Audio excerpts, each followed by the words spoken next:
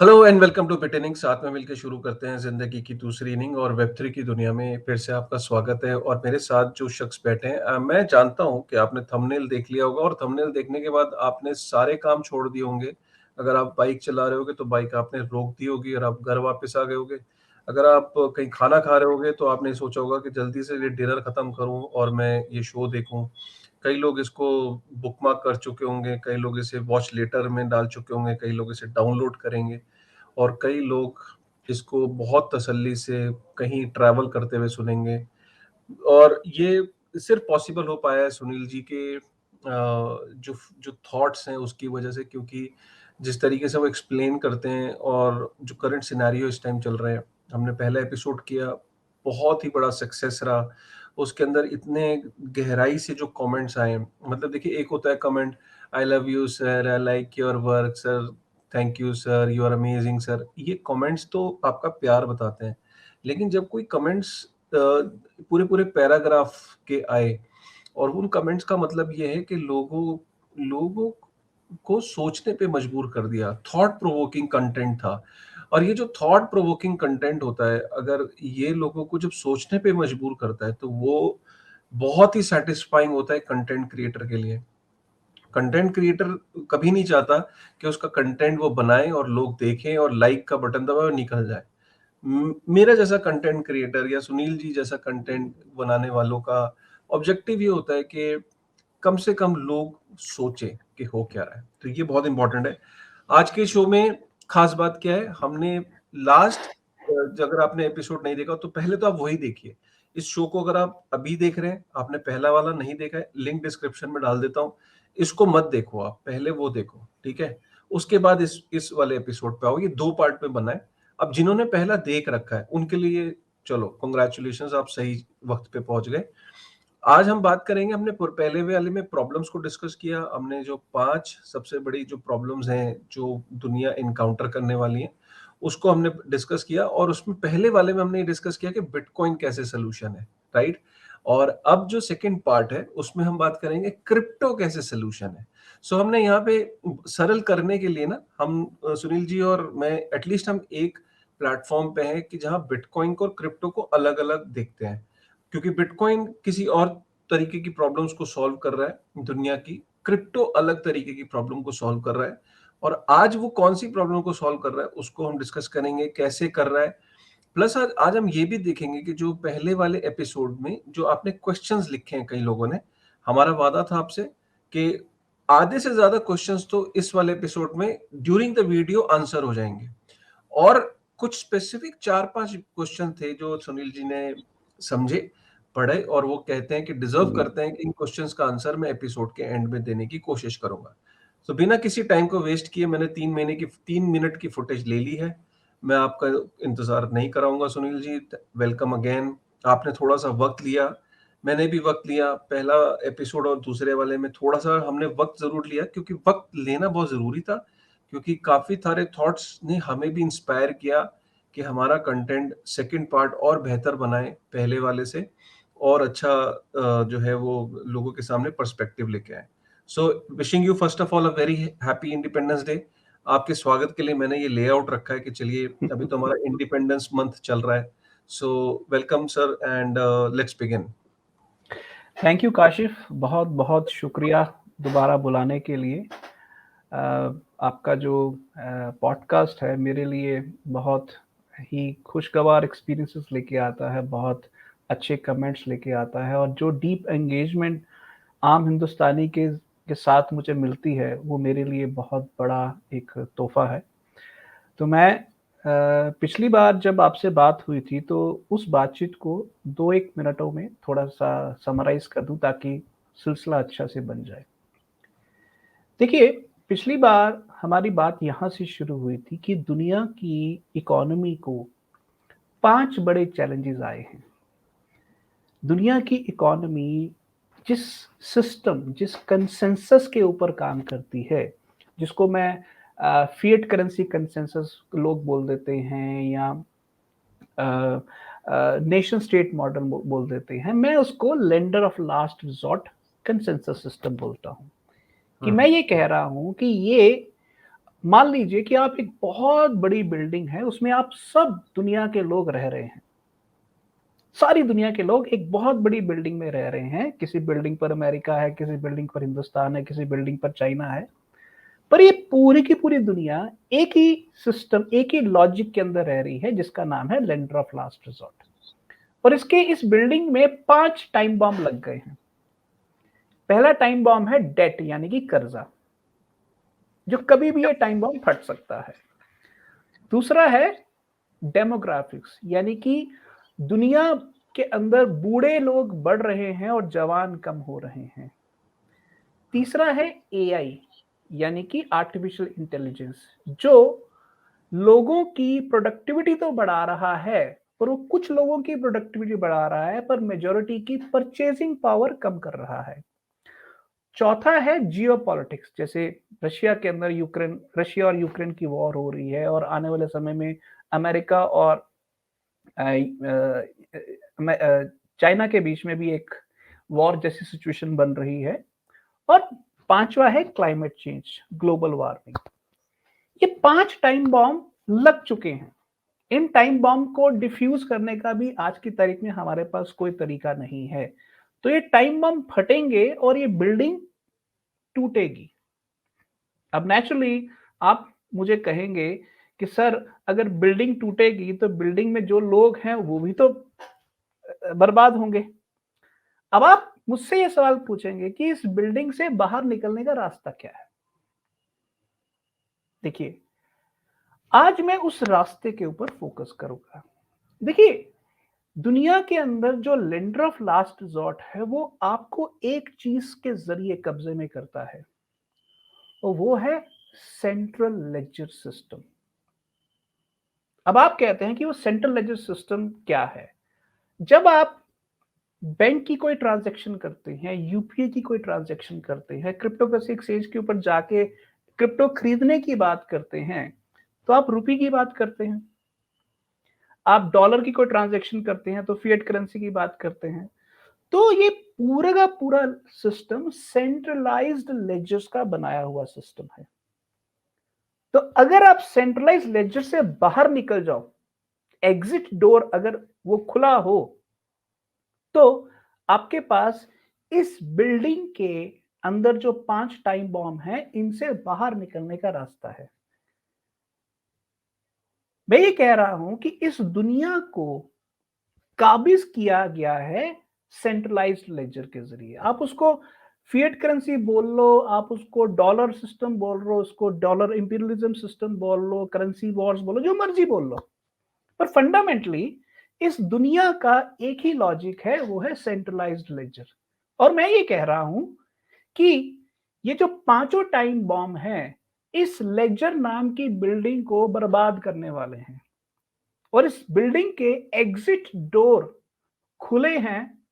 आप उस exit door से बाहर निकल सकते हैं। अब बाहर निकलने वाला कौन होगा? बाहर निकलने वाले लोग भी हो सकते हैं, कंपनीज भी हो सकती हैं, और हो सकता है सरकारें भी हों। शुरुआत में हो सकता है छोटे देशों की सरकारें हों, बाद में थोड़े बड़े देशों की सरकारें हों।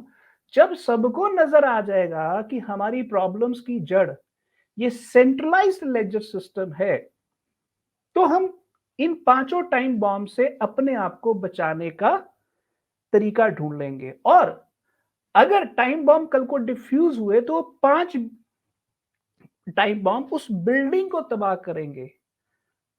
तब तक हम दूसरे तरीके से अपने आप को बचाने का तरीका ढूंढ चुके होंगे। अब उस तरीके का एक सिंपल सेंटेंस जो मैं यूज करने जा रहा हूं, वो है crypto will save the world. यानी कि जो सिस्टम डिसेंट्रलाइज लेजर का सिस्टम होगा, यानी कि सेंट्रलाइज लेजर्स के खिलाफ या उसके पैरेलल जो एक नया सिस्टम खड़ा होगा, वो सिस्टम दुनिया को बचाएगा। इसलिए उन टाइम बॉम्बों से आप परेशान मत होइए। आप ये देखिए कि इसके बाहर निकलने के जो रास्ते हैं, हमारे लिए, हमारे कॉरपोरेशंस के लिए, हमारी कम्युनिटीज के लिए, हमारी सरकारों के लिए, वो क्या है? तो आज मेरा सारा दारोमदार उस एक्सप्लेनेशन के ऊपर रहेगा। काशिफ। राइट। बहुत ही आपने अच्छे से चीज़ों को समझाया। अ, सर मैं एक मेरे दिल में ना एक सवाल एक दिन आया, इससे पहले कि हम क्रिप्टो के अंदर और डिटेल में इसको समझें। जैसे कि आपने बताया कि ये टाइम बॉम्ब लगे हुए हैं और ये 5 डिफरेंट तरीके के टाइम बॉम्ब हैं जो इस बिल्डिंग को कहीं न कहीं ध्वस्त कर सकते हैं, राइट?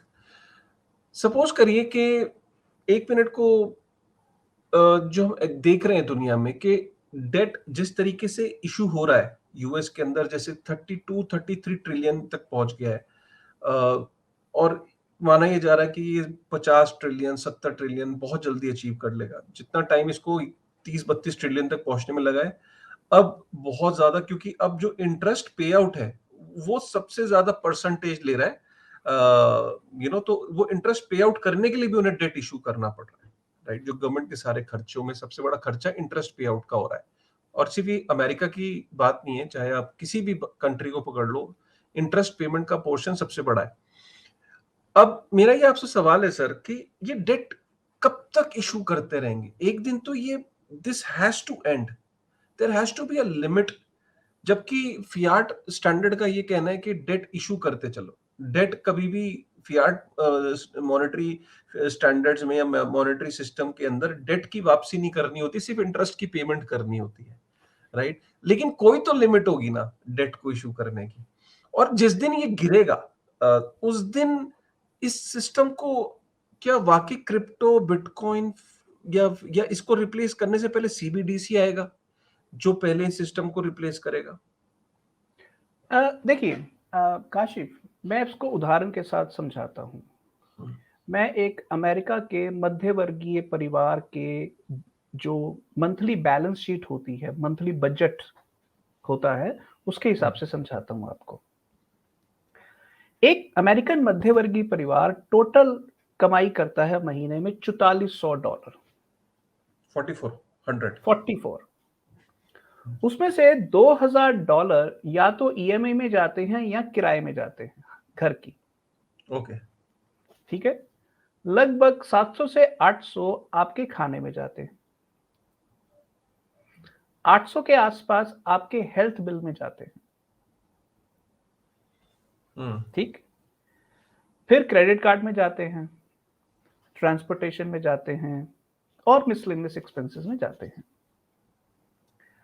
हकीकत ये है कि जब इंटरेस्ट रेट बढ़ता है, ओके, तो आप शुरू-शुरू में क्रेडिट कार्ड भी पूरा एग्ज़ॉस्ट कर लेते हैं, टॉप अप भी घर ले लेते हैं, तो वही पिछले आप कई सालों से करते आए हैं। अब हुआ ये है कि पहले जो हाउसिंग इंटरेस्ट की किस्तें होती थी, वो 2 या 3% रेट ऑफ इंटरेस्ट के ऊपर होती थी। अब वो 7.4 के ऊपर हो गई है। यानी कि अब वो जो किस्त $2000 के आसपास होती थी, वो लगभग 3400 के आसपास पहुंच गई। 2000 और 3400, $1400 बढ़ गई। तो यानी कि $4400 आपकी कमाई है, उसमें से जो आपका मार्जिन था, वो मार्जिन तो इस नई ईएमआई ने निकाल दी। यानी कि अब आप घर खरीदने की स्थिति में नहीं रहे और ऊपर से किराए बढ़ गए, तो विच मीन्स कि अब आप खर्चा नहीं कर पाएंगे। या तो आप अपने फूड से निकालेंगे या ट्रांसपोर्ट से निकालेंगे। दूसरी तरफ आपने क्रेडिट कार्ड बढ़ा दिया। पहले क्रेडिट कार्ड आपको 3 या 4 या 6% पर मिलता था। आज की तारीख में अमेरिका में क्रेडिट कार्ड आपको 22% के ऊपर मिनिमम अमाउंट ड्यू का जो रेट ऑफ इंटरेस्ट लगता है, 22%। यानी कि अगर 1 महीना आपने पे नहीं किया तो नेक्स्ट मंथ आपका मिनिमम अमाउंट ड्यू कई गुना बढ़ जाएगा। सवाल ये है कि आपकी $4400 की जो कमाई है वो तो फिक्स है, पर बाकी के जो खर्चे बढ़ रहे हैं, एक पॉइंट ऐसा आएगा या तो आप घर छोड़ेंगे या खाना छोड़ेंगे या गाड़ी छोड़ेंगे। तो इन सब का इंपैक्ट क्या होगा कि आपका सिस्टम एक लेवल पर फटना शुरू हो जाएगा।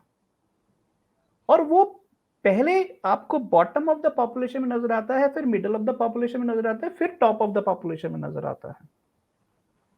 और अमेरिका के अंदर होमलेस पॉपुलेशन बढ़ रही है। न्यूयॉर्क के अंदर 80,000 लोग बेघर हैं, घर ही नहीं है। तो अगर आप इस तरीके से बढ़ते जाएं, क्रेडिट कार्ड, 1.2 ट्रिलियन डॉलर का क्रेडिट कार्ड लोन हो चुका हुआ है अमेरिका के घरों के ऊपर। और पिछले 6 महीनों से आपकी डिलिंक्वेंसी यानी कि क्रेडिट कार्ड आप पे नहीं कर पा रहे हैं, वो रेट बढ़ रहा है। अब 1.2 ट्रिलियन डॉलर का क्रेडिट कार्ड डेट है केवल, जो आपको पे करने की आपकी स्थिति नहीं रही, तो कौन पे करेगा? तो जब आप पे नहीं कर पाएंगे तो वो सारा का सारा बैड डेट बन जाएगा, बैड एसेट बन जाएगा। तो जब तक आप कर्जा ले सकते हैं लेंगे, एक पॉइंट ऐसा आएगा कि जब आप कर्जा ले नहीं सकते और उसके बाद पे नहीं कर सकते, और सिस्टम ऑटोमेटिकली भर भरा के ताश के पत्तों के महल की तरह गिर जाएगा। अब गिर गया, व्हाट नेक्स्ट? अब जब गिर गया तो ये तो एक इतना बड़ा क्राइसिस होगा एक इकोनॉमी के लिए। तो इसको रिप्लेस क्या करेगा? वही शायद हम बात कर रहे हैं। ये मैं उसी की बात ही करने जा रहा हूं, बट सवाल ये है कि ये जो चेंज है, ये चेंज कोई छोटा मोटा चेंज नहीं होने जा रहा। इस चेंज के लिए आपको एक सेंट्रल सिस्टम से डिसेंट्रल सिस्टम में शिफ्ट होना पड़ेगा और उसके लॉजिक को समझना पड़ेगा। राइट।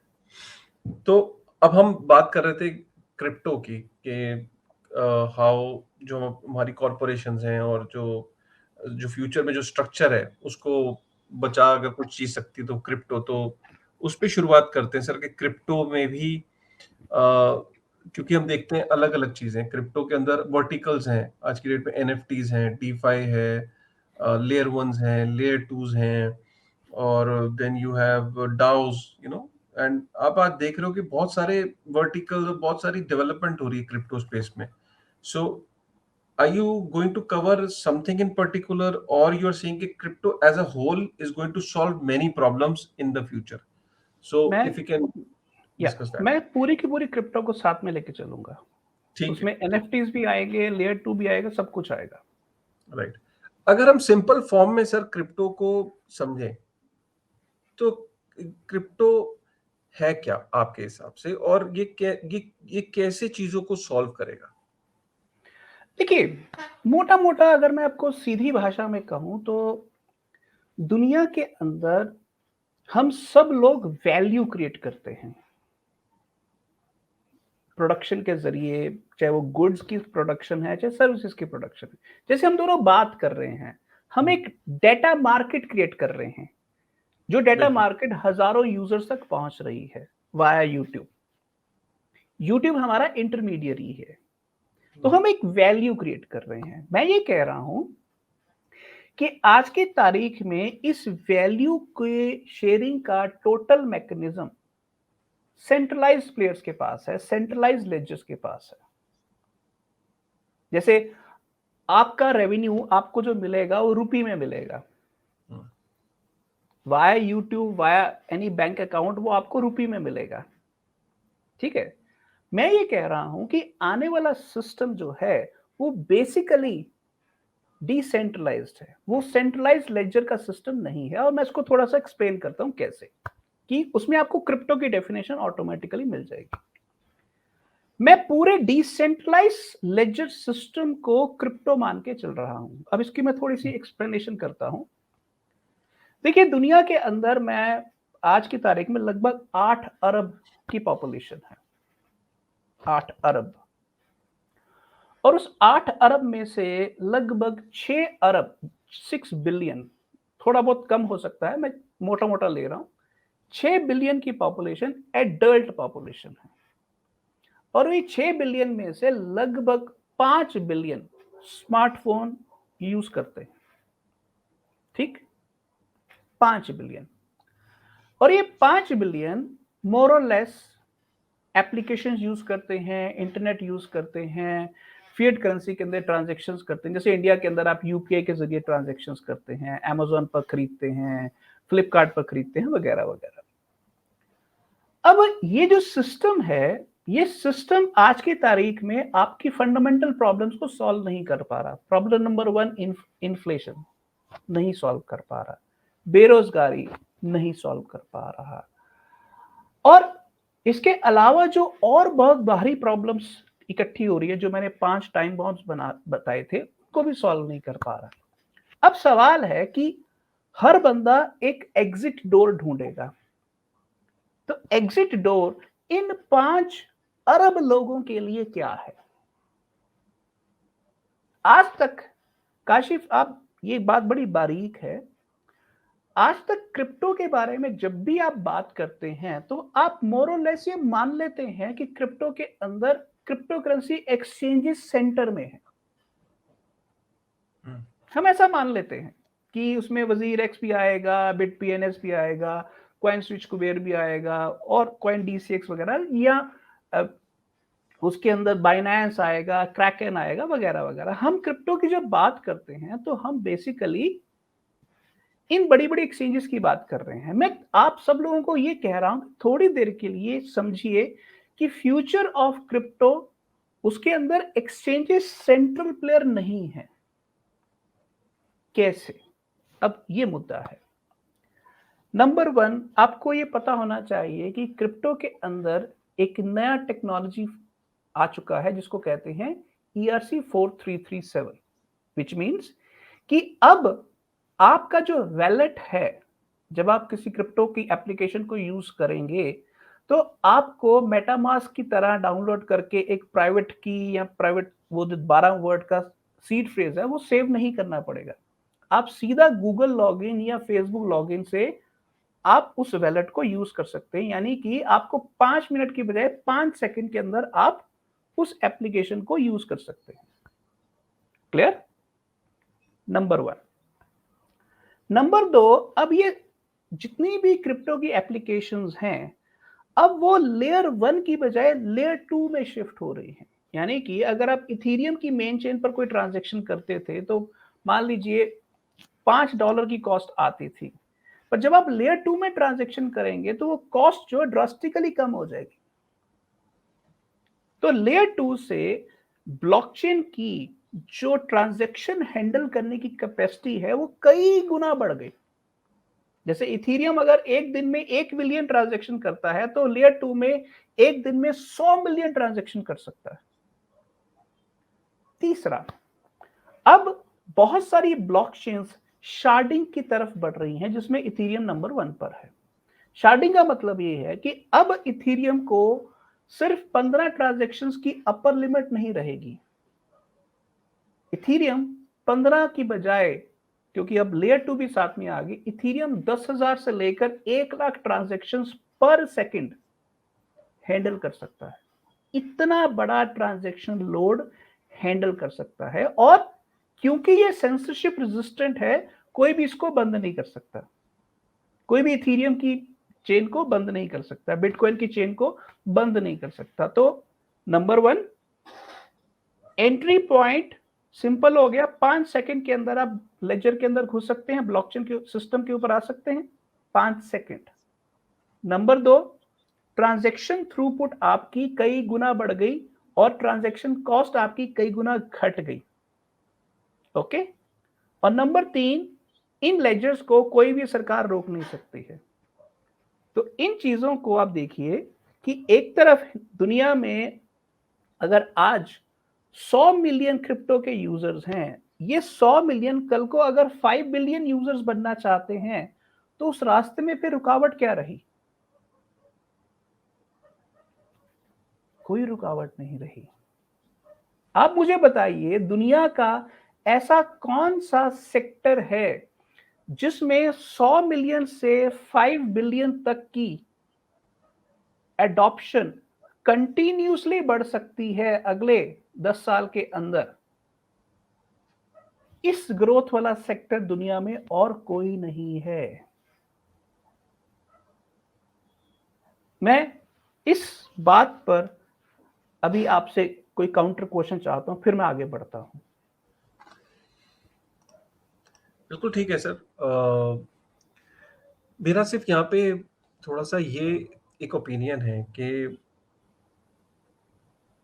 ये मेरा मतलब एक तरीके का काउंटर आर्गुमेंट है। लोग बाय नेचर अगर आप देखो ना, तो लोगों को ना डिसेंट्रलाइजेशन की ना तो अहमियत का पता है आज की डेट में, ना हुँ, उन्हें ज़रूरत लगती है। हुँ, लोग कन्वीनियंस के पीछे ज़्यादा अट्रैक्ट होते हैं कि कौन-सी चीज़ उनकी लाइफ़ को ज़्यादा कन्वीनिएंट कर रही है। जैसे कि फॉर एग्ज़ाम्पल अगर मैं अभी यूके के स्टोर्स में देख रहा था कि एक पेमेंट सिस्टम आ गया है कि जहाँ सिर्फ़ अपने पाम के थ्रू पेमेंट हो रही है। या आइरिस स्कैन होती है, क्रेडिट कार्ड वहाँ अकाउंट से पैसे निकल रहे हैं, सिर्फ़ आदमी जब अमेज़न, वॉलमार्ट से पैसे लेके निकल रहा है, तो बस वो कैमरे के सामने खड़ा हुआ, पेमेंट हो गई, बंदा घर को, पेमेंट उसकी डिडक्ट हो गई। अब उसको ये नहीं पता है, उसको कोई लेना-देना नहीं है कि उसकी आइरिस जो है वो एक उसका बहुत पर्सनल डेटा है जो एक स्टोर के डेटाबेस में सेव्ड है, वॉलमार्ट के या किसी रिटेल स्टोर के। उसको उसकी इम्पोर्टेंट लोग वर्ल्ड कॉइन के पीछे गए और लोगों ने बिना सोचे समझे हज़ारों, $1500 या जो $500 या मात्र कुछ चंद पैसों के लिए उन्होंने आइरिस वो दे रहे थे वर्ल्ड कॉइन के लिए भी। और अगर हम चलें एग्जिस्टिंग वेब 2 के अंदर भी चलिए, तो फेसबुक हो गया या कोई भी सेंट्रलाइज सिस्टम जो कन्वीनियंस लेके आता है, लोग उसे खट से अडॉप्ट कर लेते हैं। लेकिन जब कोई बात थोड़ी-सी कहते हैं कि यार 2 स्टेप एक्स्ट्रा है, लेकिन ये ना आपके लिए सिक्योर है, तो लोग कहते हैं नहीं, नहीं, नहीं, हमें ये नहीं करना है। सो यू थिंक कि जो क्रिप्टो के जो बेनिफिट्स हैं या क्रिप्टो जब वाकई में जब आएगा तो ये एक चॉइस के थ्रू लोग एक्सेप्ट करेंगे या पहले एक बार भर भरा के जैसे आपने कहा था ना कि ये ताश के पत्तों की तरह जो सिस्टम गिरेगा उसके बाद लोगों की मजबूरी होगी क्रिप्टो को अडॉप्ट करना। तो क्या आपको लगता है ये तब होगा या बाय चॉइस होगा? What is your take? देखो इस सवाल का जवाब आसान नहीं है क्योंकि कोई भी जो डिस्ट्रक्शन होती है वो इंस्टेंट डिस्ट्रक्शन कभी नहीं होती है। वो पहले धीरे-धीरे होती है, फिर सडनली होती है। तो इसलिए मैं उस लॉजिक के वो लॉजिक एक ट्रैप है। मैं यहाँ ये कह रहा हूँ कि ईआरसी 4337 लेयर 2 इंफ्रास्ट्रक्चर एक ऐसी टेक्नोलॉजिकल ट्रांसफॉर्मेशन है जिसमें आम इंसान को पता ही नहीं चलेगा कि वो जिस सिस्टम के साथ इंटरेक्ट कर रहा है वो सेंट्रलाइज्ड लेजर जैसा क्या सिस्टम है कि डिसेंट्रलाइज्ड लेजर का सिस्टम। हम्म। आम आदमी को इस चीज से कोई लेना देना नहीं है कि उसका डाटा ब्लॉकचेन पर जा रहा है या किसी सेंट्रलाइज सर्वर पर जा रहा है।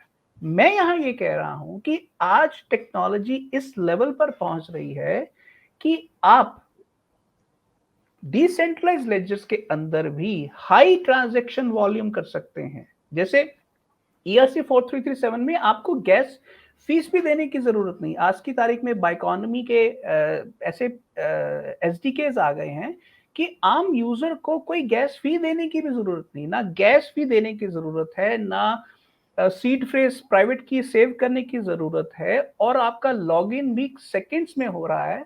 तो आपका यूजर ऑनबोर्डिंग प्रॉब्लम सॉल्व हो गया। ये प्राइमरी प्रॉब्लम था जिस कारण एक्सचेंजेस आई थी कि बिटकॉइन कैसे खरीदें, इथीरियम कैसे खरीदें। उसके लिए आपको एक्सचेंजेस पर जाना पड़ता था। अब वो प्रॉब्लम ही खत्म हो गई है। ऑनबोर्डिंग की प्रॉब्लम आपकी खत्म हो रही है। दूसरा, ट्रांजैक्शन कॉस्ट की प्रॉब्लम खत्म हो रही है, और तीसरा, ट्रांजैक्शन स्पीड की प्रॉब्लम खत्म हो रही है।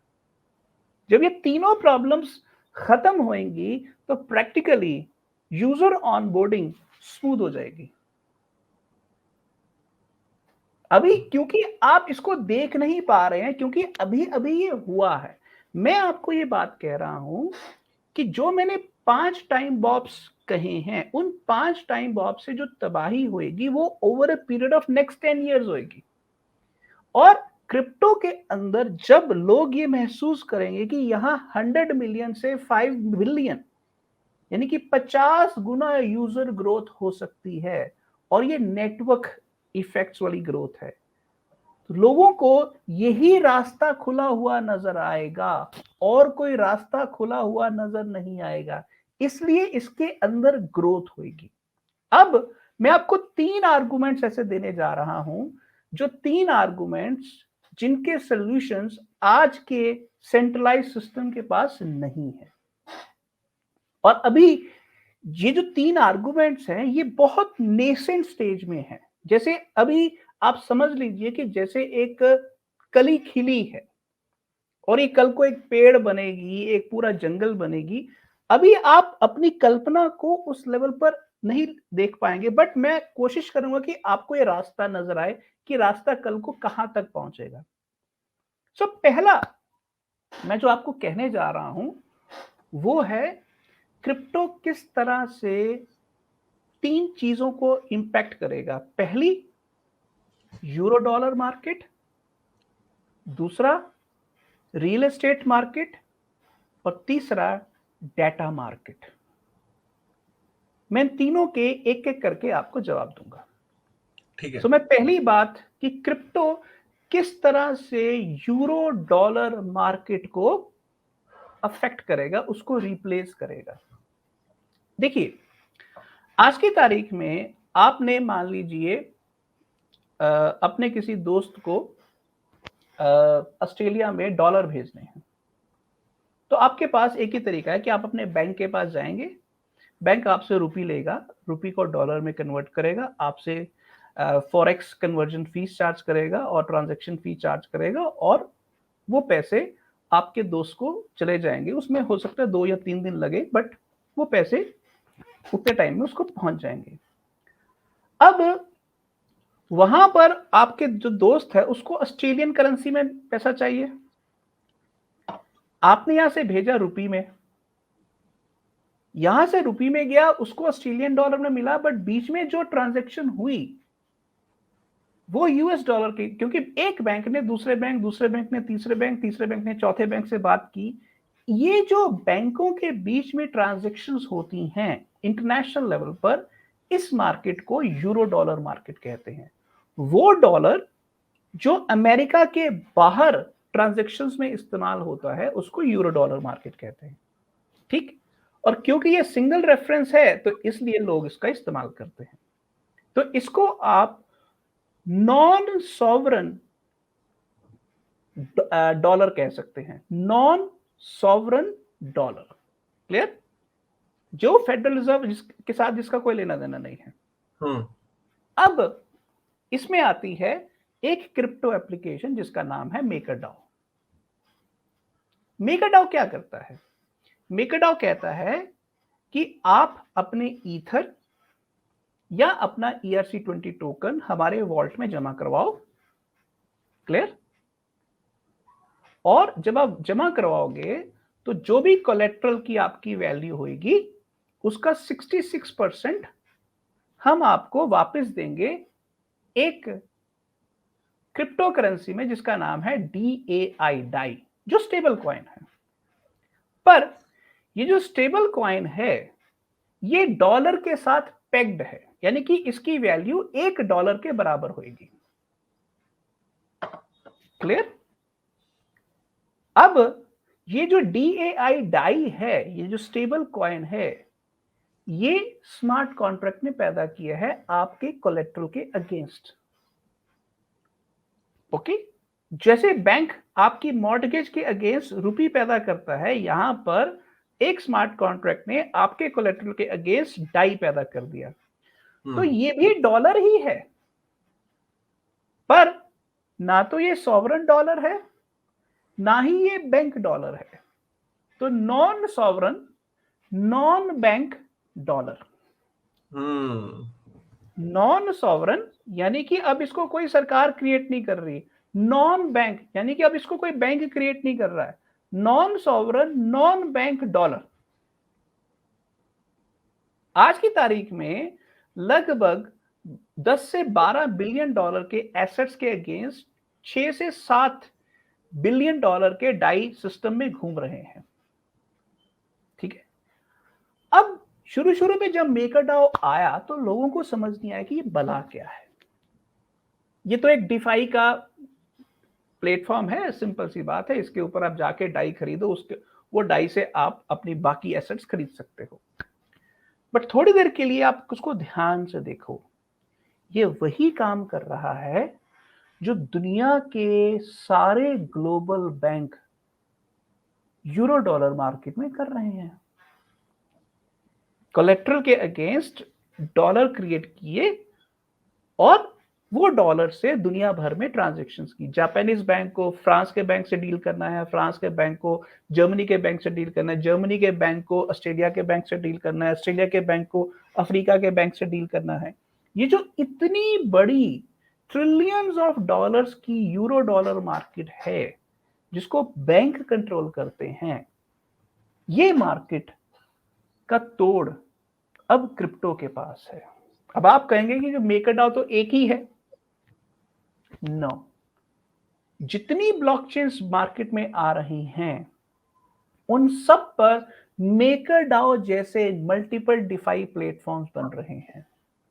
जैसे अगर आप कॉस्मोस देखें तो उसमें कावा बन रहा है।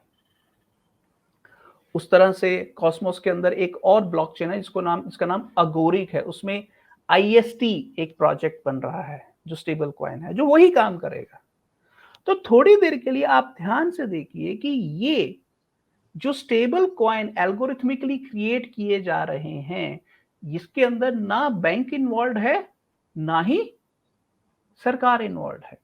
तो यानी कि ये एक ऐसी डिफरेंट काइंड ऑफ सिस्टम तैयार हो रही है जो सिस्टम आने वाले समय में hundreds of billions of dollars worth पैदा करेंगे, जिसका कंट्रोल यूजर के हाथ में होगा।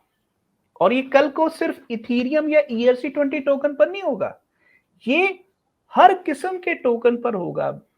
बिटकॉइन के ऊपर भी होगा ये आने वाले समय में। वो बिटकॉइन का कोई रैप्ड एसेट वर्जन तैयार कर लेंगे और उसके ऊपर भी होगा। यानी कि क्रिप्टो के अंदर अगर आज की तारीख में total asset market 1.1 trillion dollar की है तो उसका अप टू 66% आप कोलेट्रल वैल्यू में क्रिएट कर पाओगे। पहले क्यों नहीं होता था? क्योंकि लोगों के पास ऑनबोर्डिंग के सॉल्यूशंस नहीं थे। अब ERC 4337, लेयर 2 सॉल्यूशन और ट्रांजैक्शन कॉस्ट जीरो, इन तीनों के जरिए लोगों की इन चीजों को एक्सेस करने की फ्रिक्शन जीरो हो गई। तो अब ये जो यूरो डॉलर मार्केट है ये अब ब्लॉकचेन में शिफ्ट हो रहा है। ये इतना बड़ा चेंज आने वाले समय में होगा कि लोग बैंकों पर डिपेंड करने की बजाय इस मार्केट पर डिपेंड करेंगे। और ये याद रखिए, ये हो सकता है शुरुआत में आपको लगे 10 बिलियन है। अगर 10 बिलियन के ऊपर आप मल्टीप्लाई करना शुरू करिए, हर साल डबल, ओके, अगर हर साल डबल करना शुरू तो 10 साल में ये 1000 गुना हो जाएगा। तो 10 बिलियन का 1000 गुना 100 ट्रिलियन बनता है। तो मैं आपको ये कह रहा हूं कि क्रिप्टो जिस डॉलर की सुप्रीमेसी के अंदर हम जी रहे हैं, जो बैंक्स कंट्रोल करते हैं, सेंट्रलाइज्ड लेजर्स कंट्रोल करती हैं, आने वाले 10 साल में ये बैंकों का कंट्रोल खत्म हो जाएगा। डॉलर का सिंबल रहेगा पर अमेरिका की सुप्रीमेसी नहीं रहेगी। इस बात को ध्यान से समझिए। डॉलर का सिंबल रहेगा पर अमेरिका की सुप्रीमेसी नहीं रहेगी।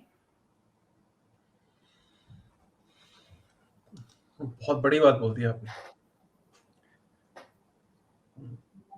और मैं ये इसलिए ध्यान से बोल रहा हूं क्योंकि मुझे पता है कि ये पहली बार एक बड़े मंच पर खासकर आपके साथ ये बात पहली बार कर रहा हूं, तो आपको भी एब्जॉर्ब करने में टाइम लग रहा है। नहीं, मैं एक्चुअली इसको विजुअलाइज ये कर रहा हूँ। आपकी आपने बार बार ना फोकस एक वर्ड, मैं एक्चुअली आपके पॉडकास्ट को बहुत ध्यान से सुनता हूँ। तो मैं रिकॉर्ड करते हुए मैं सुन लेता हूँ, तो इसलिए मैं बाद में नहीं सुनता हूँ। अभी मैं आपके क्योंकि आपने एक वर्ड बड़ा, मैं अपने ऑडियंस को बताना चाहता हूँ। जब हम ये कहते हैं कि सॉवरन करेंसी, तो सॉवरन करेंसी का मतलब है कि जो एक सॉवरन देश ने इशू की है, ठीक है। सॉवरन देश कौन होता है? सॉवरन देश जो इंडिपेंडेंट होता है, जो जिसकी जो जनता है वो अपने रिप्रेजेंटेटिव को इंडिपेंडेंटली, एक आजाद देश, राइट, चूज करता है अपने देश को चलाने के लिए रिप्रेजेंटेटिव्स को। तो एक सॉवरेन सेंट्रल बैंक जो है वो करेंसी इशू करता है। सर ने अभी एक बात बोली कि जब डॉलर देश से बाहर यूज होता है तो उसको कहते हैं यूरो डॉलर मार्केट। फिर एक आपको क्रिप्टो के अंदर जो डाई का एक एग्जांपल दिया, तो वो कितना बढ़िया इन्होंने एग्जांपल दिया कि नॉन सॉवरेन मतलब किसी देश ने इशू नहीं करी, नॉन बैंक मतलब किसी बैंक ने इशू नहीं करी, यूएस डॉलर मतलब एक स्मार्ट कॉन्ट्रैक्ट के थ्रू उत्पन्न की गई करेंसी, राइट। और ये स्मार्ट कॉन्ट्रैक्ट क्या है? आप ये देखें कि जो इंटरनेट के का जो बेस है, जो लेयर वन क्या है, बेसिकली लेयर वन आने वाले टाइम का एक तरीके से जैसे एक बेस है इंटरनेट का, जिसके ऊपर एप्लीकेशंस बने। अब ये जो बेस है ये बॉर्डरलेस और परमिशनलेस बेस है। इस बेस के ऊपर जो है वो करेंसी जनरेट हुई, जो कि नॉन सॉवरेन है, नॉन बैंक है। और तीसरी सबसे बड़ी बात जो अभी इन्होंने एंड करनी, अगर आप इस ध्यान को फिर से सुनिए, कि साइन डॉलर का होगा, डॉलर का साइन होगा, लेकिन डॉलर का कंट्रोल नहीं होगा, मतलब सॉवरेन नेशन का कंट्रोल नहीं होगा उस पर। कितनी यस, बढ़िया बात बोली कि डाई है, बैक्ड बाय डॉलर है, लेकिन यूएस का उस पर कंट्रोल नहीं है। तो डॉलर का साइन होगा, लेकिन डॉलर का वर्चस्व, उस सॉवरेन नेशन का वर्चस्व नहीं होगा उस पर। ये बात होती यस, यस, बिल्कुल ठीक। और ये सिर्फ डॉलर के साथ नहीं हो सकता। आप इसको रुपी का स्टेबल कॉइन भी बना सकते हैं, आप इसको चाइना का स्टेबल कॉइन भी बना सकते हो, आप इसको जिस करेंसी सिस्टम का चाहें स्टेबल कॉइन बना सकते हैं। तो ये बहुत आसान काम है, ये कोई बड़ा मुश्किल काम नहीं है। बट इसमें जो कमाल की चीज है वो ये है कि जो मेकरडाओ का सिस्टम है ये जीरो एनपीए सिस्टम है। जीरो एनपीए का सिस्टम का मतलब है कि इसके अंदर अगर कोई एसेट बैड एसेट होता है तो वो इमीडिएटली साफ हो जाता है सिस्टम से। वो कभी भी बैड एसेट्स क्रिएट नहीं करता रहता, बैंकों की तरह एनपीए ऐड नहीं होते रहते। सेंट्रलाइज लेजर में क्या होता है कि आपने किसी को 10 करोड़ का लोन दिया, उसका धंधा चौपट हो गया, तो 10 करोड़ जो वापस तो आया नहीं, अब 10 करोड़ आपकी बैलेंस शीट पर खड़ा है। तो बैलेंस शीट पर जब खड़ा है तो आपकी बुक वैल्यू को, आपकी मार्केट वैल्यू को खा जाएगा।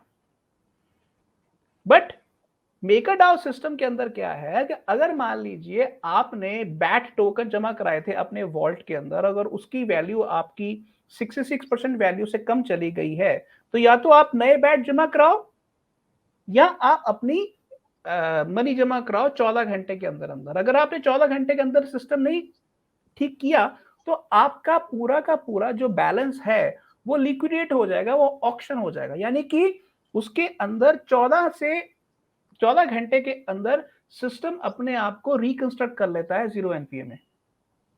तो ये एक ऐसा सिस्टम है जो नॉन बैंक है, non sovereign, but US dollar का उसमें सिंबल लगा होगा, और उसमें यूरो का सिंबल लग सकता है, उसके अंदर और करेंसीज का भी सिंबल लग सकता है। बट मैं ये कह रहा हूं कि यूरो डॉलर मार्केट जो दुनिया के अंदर tens of rather hundreds of trillion dollars की मार्केट है, ये मार्केट को मेकरडाओ जैसे डिफाई प्लेटफॉर्म्स के अंदर शिफ्ट होने का रास्ता मिल रहा है।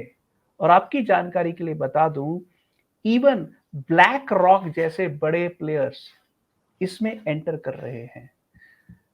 और अगर आप थोड़ी देर के लिए सोचे कि मेकरडाओ के ऊपर जो लिस्टिंग हुई है उन एसेट्स का वैल्यू 10 बिलियन की बजाय 10 ट्रिलियन हो तो भी सिस्टम काम करेगा। और उसमें लिस्ट करने वालों के अंदर अगर ब्लैक रॉक जैसे बड़े बड़े प्लेयर्स आ जाए जो एसेट्स को टोकनाइज करके मेकरडाओ में डालना शुरू कर दें, तो सोचिए कितना बड़ा यूरो डॉलर मार्केट क्रिएट हो जाएगा। सोचिए आप ब्लैक रॉक हैं, आपने आपके एसेट्स आपने टोकनाइज किए, आपने मेकरडाओ पर डाल दिए, उसके बदले में आपने $5 बिलियन का एक डाई क्रिएट कर लिया। वो 5 बिलियन के डाई से आप अपना बिजनेस कर सकते हैं।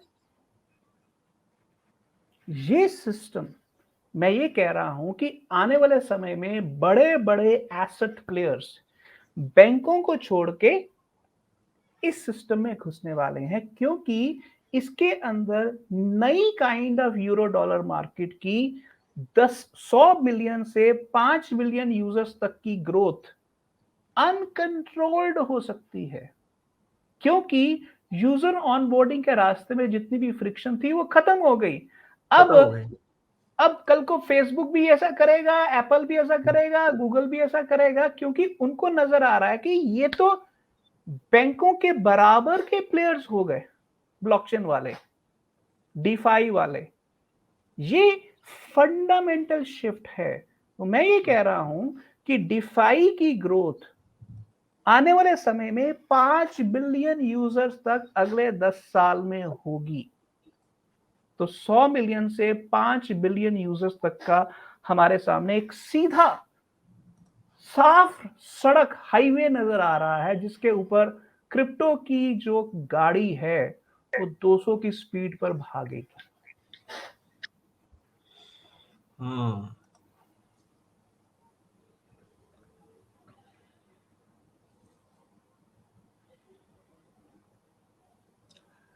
Very interesting. आई थिंक मेरे हिसाब से मेकर डाउ का आपने बहुत अच्छा एग्जांपल दिया। और कोई ऐसा एग्जांपल आप देना चाहेंगे जिसमें मेकर डाउ की तरह, जिसमें आपको लगता है कि पूरी दुनिया का जो अटेंशन है, that particular use case will attract, because MakerDAO is a fantastic example that you gave.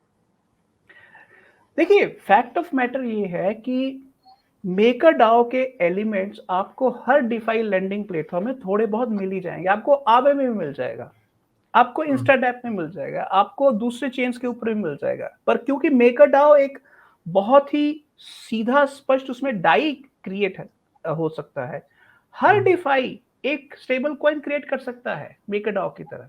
उसके लिए आपको एक स्मार्ट कॉन्ट्रैक्ट डिप्लॉय करना है, इससे ज्यादा कुछ नहीं करना है।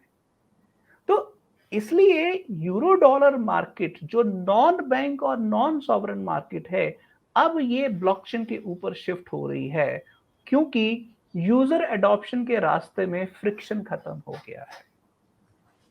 तो मैं ये कह रहा हूं कि हर बड़ा प्लेयर, ब्लैक रॉक जैसे बड़े और उससे जो छोटे प्लेयर्स हैं, वो सब बड़े प्लेयर्स ब्लॉकचेन में शिफ्ट होंगे। ये जो ईटीएफ ये जैसी बातें हैं, ये तो एक सेंट्रलाइज्ड परमिशन की बातें हैं, पर जो बात मैं कह रहा हूं वो हर बड़ा प्लेयर क्रिप्टो ओन करेगा और उसको कोलेट्रल की तरह यूज करके उससे लिक्विडिटी रेस करेगा डाई की फॉर्म में, और उसके जरिए वो क्रिप्टो मार्केट्स के अंदर मूव करेगा। ये ग्लोबल बिजनेस का एक नया लॉजिक बिल्ड हो रहा है जो अब कोई रोक नहीं सकता। तो ये अब, क्योंकि आप जो सेंट्रलाइज लेजर सिस्टम के अंदर रह रहे थे या रह रहे हैं, अब इसके अंदर आपको कोई केवाईसी की जरूरत नहीं है। आप चाहे केवाईसी करवा सकते हैं, बट अब आपको किसी एक लेजर के ऊपर, एचडीएफसी की बैंक या बैंक ऑफ अमेरिका की लेजर या किसी भी बैंक की सेंट्रलाइज लेजर पर डिपेंड करने की जरूरत नहीं है। आप ग्लोबल ट्रांजैक्शन कर सकते हैं इस मॉडल के जरिए। यानी कि ये इतना बड़ा एग्जिट डोर इस लेंडर ऑफ लास्ट रिजॉर्ट की बिल्डिंग में आ गया है कि जब लोग इससे बाहर निकलना चाहेंगे, चाहे सोच समझ कर रैशनल चॉइस करें या अगर मुश्किल में उनको भागना भी पड़े तो उनके पास एग्जिट। एग्जिट डोर है। Got it. ओके, सो ये तो मेरी पहली प्रिडिक्शन है कि क्रिप्टो सेव कैसे करेगा इस दुनिया के सिस्टम को जो लेंडर ऑफ लास्ट रिजॉर्ट के ऊपर खड़ा किया गया है, कि इसके अंदर पहला एग्जिट डोर जो आएगा वो आएगा यूरो डॉलर मार्केट में, non bank non sovereign euro dollar market, पहला। दूसरा जो सबसे बड़ा चेंज आएगा वो है रियल एस्टेट के जरिए। टोकनाइजेशन। रियल एस्टेट की टोकनाइजेशन होगी, पर वो कैसे? मैं आपको पहले थोड़ी सी प्रॉब्लम समझाता हूं कि प्रॉब्लम है क्या। आपको सुनकर हैरानी होगी कि दुनिया के अंदर, हर देश के अंदर हाउसिंग की ओवर प्रोडक्शन हुई है। जो बड़े बड़े घर होते हैं, 3 BHK 2 BHK, हाँ, बड़े बड़े फ्लैट्स, इनकी ओवर प्रोडक्शन हुई है। ओवर प्रोडक्शन का मतलब क्या है? जैसे हिंदुस्तान के अंदर इस समय लगभग 10 मिलियन घर ऐसे हैं जो कंस्ट्रक्टेड हैं पर ऑक्युपाइड नहीं है। यानी कि मकान मालिक उसमें आप नहीं रहता है, उसने बनाए हैं या तो किराए पर देने के लिए या एयरबीएनबी पर चढ़ाने के लिए, जो सेकंड या थर्ड प्रॉपर्टी है उसकी। तो इसको मैं ओवर प्रोडक्शन बोलता हूं। ठीक, जो अपनी जरूरत से ज्यादा के लिए बना ली। अब ये सिर्फ इंडिया में नहीं है, इंडिया में 10 मिलियन घर ऐसे हैं जो ओवर प्रोड्यूस्ड है, यानी कि अनऑक्युपाइड प्रॉपर्टीज हैं, जहां पर हो सकता है कभी किराएदार आए, कभी एयरबीएनबी का कोई कस्टमर आए या ना आए। उसी तरह से अमेरिका के अंदर इस समय 12 मिलियन घर अनऑक्युपाइड हैं, 12 मिलियन। तो आप एवरेज अगर 12 मिलियन को मल्टीप्लाई करें हाउस वैल्यू के साथ, अगर मैं आपको एक सिंपल मैथमेटिक्स के जरिए बताऊं, 12 मिलियन अगर घर हैं, एक घर की एवरेज वैल्यू अगर $4 लाख है, तो ये बनता है 4.8 ट्रिलियन डॉलर।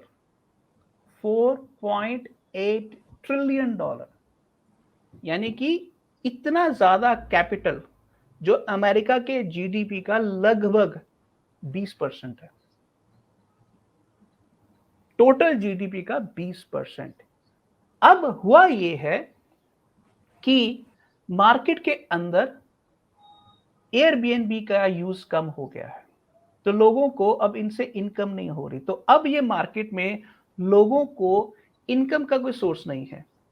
अब नेचुरली इंटरेस्ट रेट बढ़ गए हैं, तो आपके पास अगर सेकंड प्रॉपर्टी है तो उसके ऊपर आपको किस्त बढ़ गई आपकी। पहले आप $2000 देते थे, अब आपको अगर $3400 देना पड़ेगा, तो आपका वो जो $1400 का एक्स्ट्रा पेमेंट है आप कैसे करेंगे?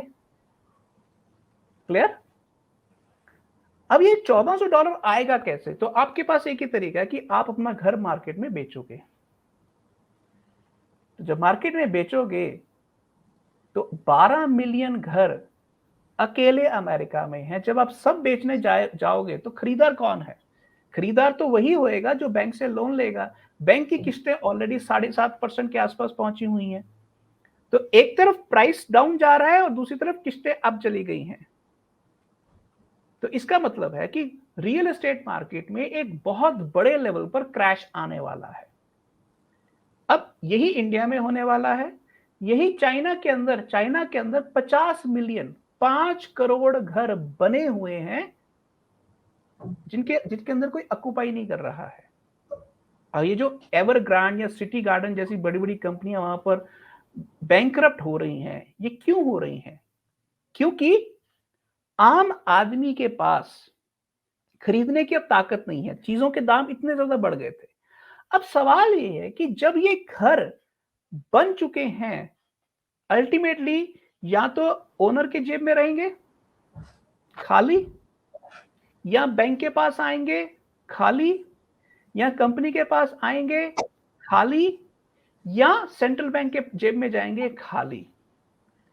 तो इन घरों को जब बायर नहीं मिलेगा, आप 50% भी दाम कम कर दें, 50% भी आप 7.5% या हाई इंटरेस्ट रेट पर देंगे, तो जब बायर नहीं है तो इन घरों का लोग क्या करेंगे? मैं जस्ट 3 देशों का उदाहरण ले रहा हूं। अमेरिका के अंदर $4.8 ट्रिलियन, इंडिया के अंदर भी ये बहुत बड़ी फिगर होएगी। आप सोच लीजिए, आप अगर 10 मिलियन यानी कि 1 करोड़ घर लगाइए और एक घर की अगर 50 लाख की एवरेज वैल्यू लगाए तो 50 लाख करोड़ का कैपिटल लॉक हुआ है। तो इसी तरह से इससे कई गुना आप चाइना में लगाइए। तो इतना बड़ा जो कैपिटल लॉक है, जो आज की तारीख में बैंकों के बही खाते के ऊपर बैठा है, जिसके ऊपर लोग किस्तें दे रहे हैं। ओके, अब ये जब प्राइस फॉल करेगा तो बैंकों के लिए एक नॉन परफॉर्मिंग एसेट बन जाएगा, बैड बैंक बन जाएगा। जैसे आज की तारीख में सिटी गार्डन जो कंपनी है या एवरग्रांडे जो कंपनी है, उन्होंने 20 लाख घर डिलीवर करने हैं, पर 20 लाख घर डिलीवर करने के लिए उनके पास पैसा ही नहीं है।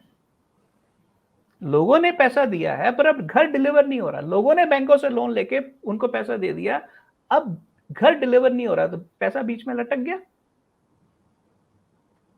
लोग भी लटक गए। मैं ये कह रहा हूं कि दुनिया के अंदर इस समय लगभग लगभग 20 ट्रिलियन डॉलर, 20 ट्रिलियन हिंदुस्तान के जीडीपी का, ये लगभग 8 गुना, मैं कह रहा हूं 6 से 8 गुना के बीच में इतना कैपिटल लॉक हो गया है, जो इस समय एनपीए बन रहा है। और इसको बचाने का अगर कोई तरीका है, तो वो एनएफटी है। अब आप कहेंगे वो कैसे? एक तरफ 20 ट्रिलियन डॉलर की जो वैल्यू है वो बिल्कुल जीरो की तरफ जा रही है, क्योंकि हाई इंटरेस्ट रेट है और इनकम है नहीं, तो आपको सेल करना है, बायर है नहीं। तो अब इस मार्केट को बचाने का क्या तरीका है? घर खाली पड़े हैं, उनके अंदर किसी को रहना है, रहने वाले भी अवेलेबल हैं पर वो बाय नहीं कर सकते। जो बाय नहीं कर सकते तो अब आप क्या करेंगे? टेनेंट्स हैं पर टेनेंट्स खरीद नहीं सकते, टेनेंट्स किराए पर रहना चाहेंगे उन घरों में। यानी कि एक पॉइंट ऐसा आ जाएगा कि जिन लोगों ने घर खरीदे हुए हैं सेकंड इन्वेस्टमेंट या थर्ड इन्वेस्टमेंट के तौर पर, अब उनको मार्केट में या तो घर सेल करना पड़ेगा, अगर सेल नहीं होता है तो वो घर को किराए पर चढ़ाना पड़ेगा।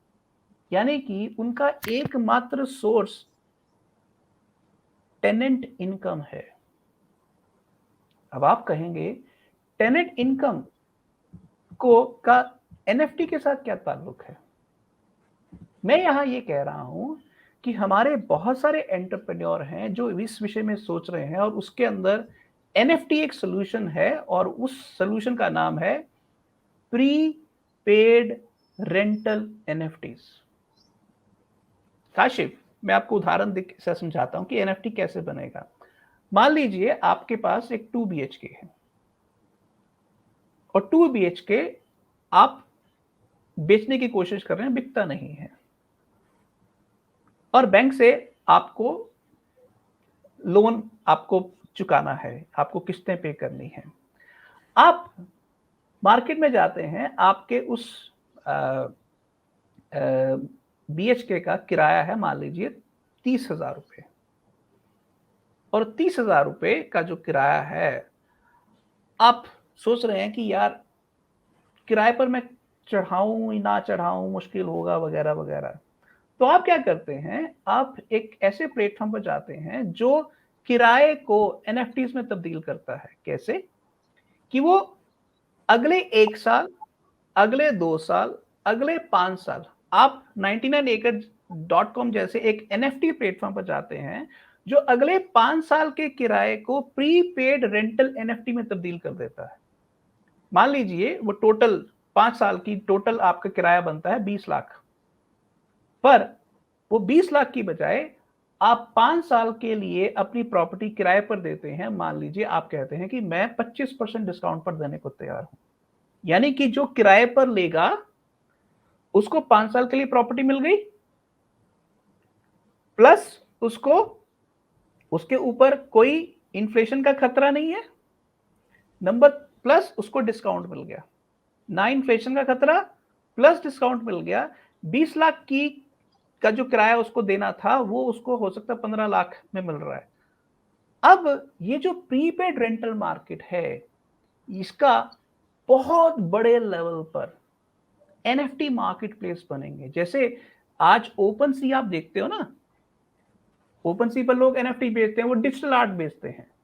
आप ओपन सी जैसा ही प्लेटफॉर्म लीजिए, पर उसके अंदर 99acres.com जैसा प्रीपेड रेंटल सिस्टम लेके आइए। अब ये जो $20 ट्रिलियन की मार्केट है, ये तो है ओनर्स के लिए, पर अगर ये 20 ट्रिलियन की मार्केट सिर्फ $200 बिलियन का रेगुलर रेवेन्यू जनरेट करना शुरू कर दे, तो ओनर्स के लिए ये एक बहुत बड़ा रिलीफ है। चाहे वो ओनर बैंक हो, चाहे वो कोई कंपनी हो, चाहे ओनर खुद हो, चाहे वो रिटेल लेवल पर हो। अब ये एक ऐसा तरीका है जिससे वो प्रॉपर्टी आपको अगले 50 साल के लिए रेवेन्यू देके जाएगी। आपके पास एक चॉइस है कि या तो $20 ट्रिलियन की प्रॉपर्टी को आप एनपीए बना दो, या $20 ट्रिलियन की प्रॉपर्टी पर 200 बिलियन का 50 साल के लिए पर ईयर रेवेन्यू खड़ा करो।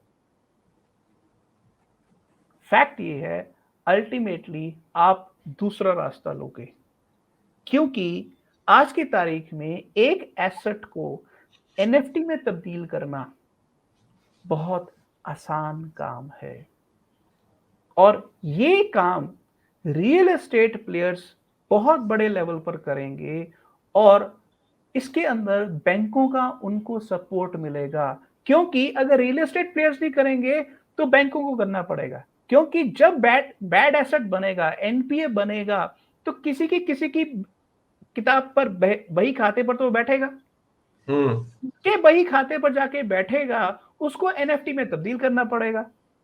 तो इसलिए मैं ये प्रेडिक्ट कर रहा हूं कि क्रिप्टो एकमात्र ऐसा रास्ता है जिससे रियल एस्टेट मार्केट जो $20 ट्रिलियन की ओवर प्रोडक्शन हो चुकी है, इसके अंदर अगर आपको रेकरिंग रेवेन्यू वाला सिस्टम बनाना है, तो वो प्री पेड रेंटल एनएफटीज वाला सिस्टम ही बनेगा, और कोई सिस्टम नहीं बन सकता जो स्केलेबल होगा।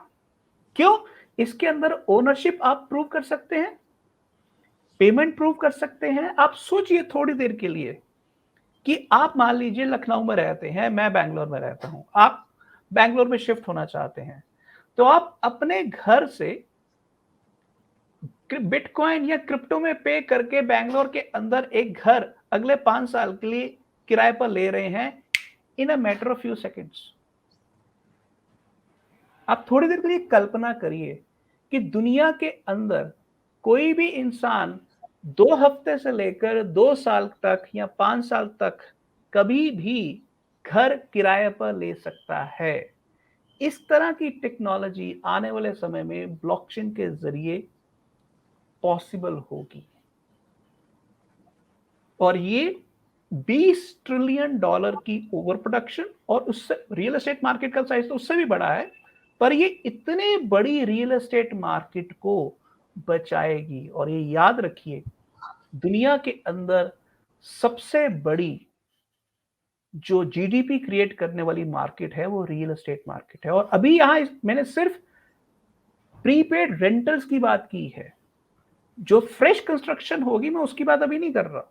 उसके अंदर मान लीजिए काशिफ एक बिल्डर हैं, काशिफ घर बनाना चाहते हैं, वो हो सकता है कि अगर वो 100 घर बनाए, उन 100 घरों के आगे मिलियन फ्रैक्शंस एनएफटी बना दें, और वो एनएफटीज को लोग बाय कर लें। यानी कि पूरी की पूरी इन्वेस्टमेंट आप एडवांस में रेज कर सकते हैं। एक घर बेचने के बजाय उस घर के 1000 फ्रैक्शंस बेचो, फ्रैक्शनल एनएफटीज।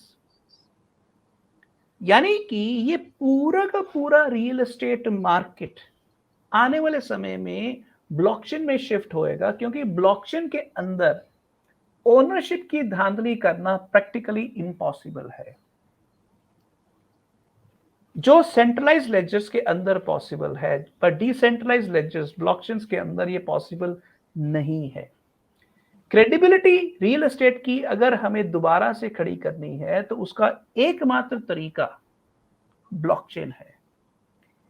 अभी क्योंकि आपको नजर नहीं आ रहा है, क्योंकि मैं ये कह रहा हूं कि जिस भवन में, जिस बिल्डिंग में अंदर रह रहे हैं, उसके अंदर आपको अभी चोर दरवाजे नजर नहीं आ रहे हैं। मैं आपको कह रहा हूं कि ये चोर दरवाजा नंबर 2 है। पहला दरवाजा euro dollar market, non bank non sovereign dollar market, जो ब्लॉकचेन के ऊपर आ चुका हुआ है, आप उसको बढ़ाइए। दूसरा, रियल एस्टेट के जरिए प्रीपेड रेंटल मार्केट और फ्रैक्शनल एनएफटीज की मार्केट, ये रास्ता भी खुला है। जिन सॉल्यूशंस को आज की तारीख में आप समझ रहे हैं कि ये काम नहीं करेंगे, ये सॉल्यूशंस आने वाले समय में हजारों गुना बढ़ जाएंगे। और इसके अंदर हर बड़ा प्लेयर आएगा। एचडीएफसी बैंक भी आएगा, आईसीआईसी बैंक भी आएगा, कोटक महिंद्रा बैंक भी आएगा, दुनिया के सारे बैंक आएंगे, क्योंकि उनको समझ आ जाएगा कि फ्यूचर सेंट्रलाइज लेजर के ऊपर नहीं है, फ्यूचर डिसेंट्रलाइज लेजर के ऊपर है। ये दूसरा बहुत बड़ा एग्जिट डोर इस बिल्डिंग के अंदर खुला हुआ है। कुछ लोग सोच समझकर पहले निकलेंगे और बाद में जैसे जैसे धीरे धीरे लोगों को समझ में आएगा और इधर सिस्टम डाउन जा रहा होगा, तो लोग भीड़ की भीड़ निकलेगी और ये सिस्टम बहुत जल्दी एक्सपैंड कर जाएगा। जैसे आज की तारीख में आप देखते हैं ना कि चैट जीपीटी कुछ महीनों के अंदर ही 200 मिलियन यूजर हो गए, थ्रेड्स के 5 दिनों के अंदर 100 मिलियन डाउनलोड्स हो गए। आने वाले समय में आप देखेंगे कि क्रिप्टो के अंदर ऐसी एप्लीकेशंस आएंगी जिनके दिनों में 10 मिलियन, 50 मिलियन, 100 मिलियन यूजर्स होंगे। आज की तारीख में मेरी ये भविष्यवाणी आपको हो सकता है लगे कि यार ये बहुत ज्यादा है, नहीं, बट ये होने वाला है। और ये किस तरह से होगा? अगले 2 साल में हम बिलियन यूजर्स तक पहुंचेंगे। अगले 5 साल में हम लगभग 2 से 3 बिलियन यूजर्स पहुंचेंगे और अगले 10 साल में हम 5 बिलियन क्रिप्टो यूजर्स तक पहुंचेंगे। जो सोच समझ कर आएगा उसका ये 10 साल का फर्स्ट मूवर एडवांटेज उसके हाथ में है, और वो इस एडवांटेज को सारी उम्र याद करेगा कि एक तरफ रियल एस्टेट मार्केट का जो फिएट करेंसी साइड है वो डैमेज हो रहा है, और दूसरी तरफ उसका क्रिप्टो करेंसी मार्केट साइज खड़ा हो रहा है। हम आज की तारीख में क्रिएटिव डिस्ट्रक्शन के बिल्कुल बीचों बीच खड़े हैं। एक तरफ पुराना सिस्टम तबाह हो रहा है और दूसरी तरफ नया सिस्टम खड़ा हो रहा है। Excellent sir, excellent. I think बहुत ही अमेजिंग थॉट्स हैं, मतलब क्रेजी थॉट्स। मैं कंप्लीटली एग्री करता हूँ। और मैं इसको इस तरीके से देखता हूँ कि कितने लोग हैं जो, सपोज करिए कि बड़ी बड़ी प्रॉपर्टीज हैं, बड़े बड़े होटल्स हैं, जैसे चेन ऑफ होटल्स हैं। उनके कई बारी जो होटल्स की प्रॉपर्टी है, वो एक्सपैंड करना चाहते हैं। और वो, आप अगर सोचो कि आप होटल्स के अंदर आप इन्वेस्ट करना चाहो उनकी सक्सेस स्टोरीज पे या उनकी कहीं नई प्रॉपर्टी में, तो वो अपने होटल के प्रोजेक्ट को टोकनाइज करके सेल कर सकते हैं। और अगर आपके पास उसकी एनएफटी होती है, मैं आप ही की बातों से सोच रहा हूँ कि वो आपको तो एनएफटी मिल जाती है, और कल को उस होटल का जितना भी इनकम होता है, और तो उस इनकम का कुछ पर्टिकुलर रेवेन्यू शेयर आपकी आपके एनएफटी होल्डर्स को मिलना शुरू हो जाता है। तो होटल्स इंडस्ट्री के लिए नए बिल्डर्स के लिए फंड को रेज करना आसान हो जाता है at lower rate of interest and yes, जो और जो जी काम आज की तारीख में शेयर होल्डर करता है, आने वाले समय में वही काम टोकन होल्डर करेगा। टोकन होल्डर कर सकता है और इजीली उसको ट्रांसफर कर सकता है। किसी को फेयरफील्ड का शेयर, किसी को फेयरफील्ड के 10 टोकन चाहिए कैलिफोर्निया में, तो उसने and I want to sell it because मेरे को जो है वो दुबई के किसी होटल के 15 टोकन लेने हैं किसी एटलांटिस के सपोज।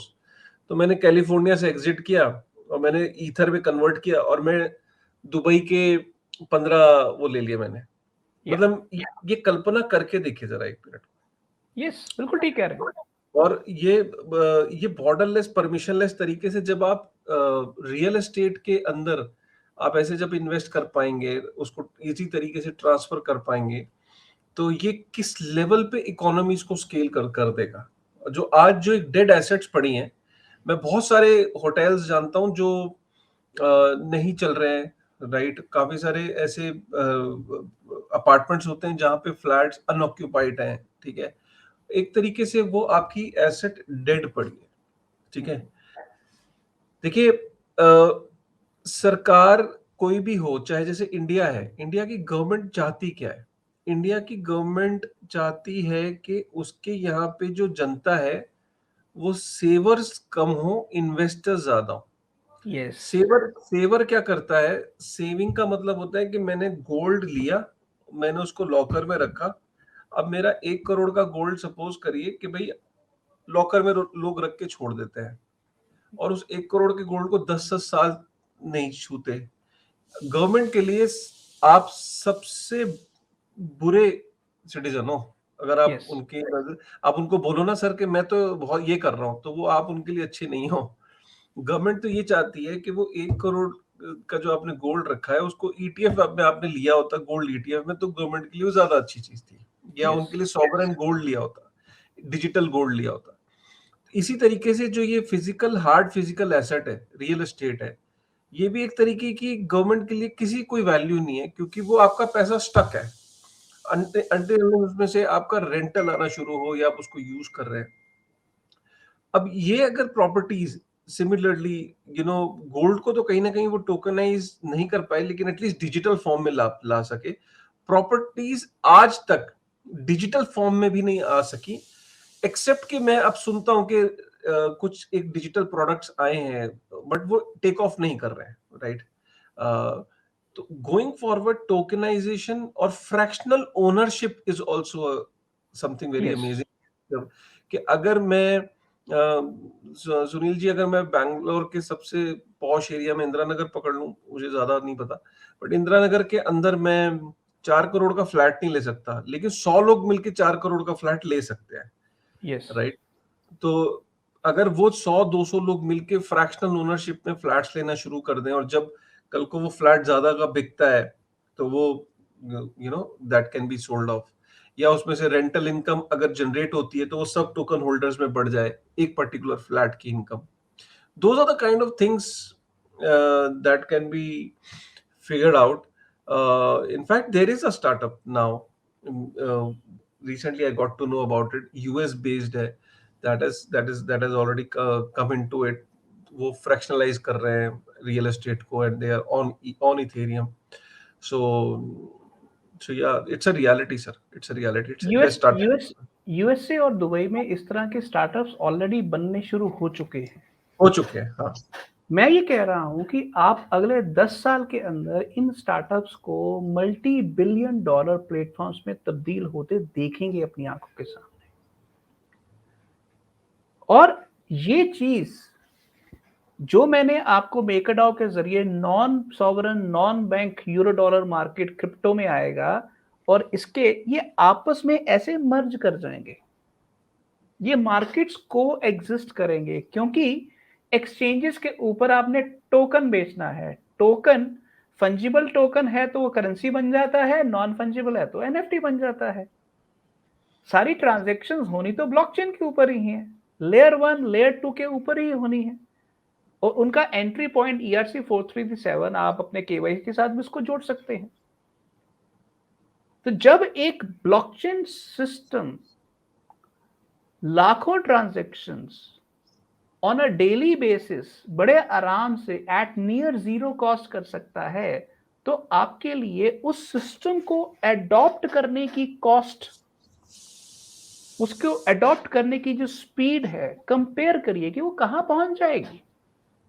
आज की तारीख में आपकी प्रॉब्लम क्या है कि आप किसी भी क्रिप्टो एप्लीकेशन को यूज करना चाहते हैं, तो आप पहले उसको टोकन खरीदते हैं। टोकन खरीदने के लिए आप पहले अपने बैंक अकाउंट को एक्सचेंज के साथ जोड़ते हैं। एक्सचेंज से जोड़ने के लिए फिर आप उसका टोकन खरीदते हैं। उस टोकन को आप विड्रॉ, कुछ केसेस में विड्रॉ कर सकते हैं, किसी केस में टोकन विड्रॉ नहीं कर सकते।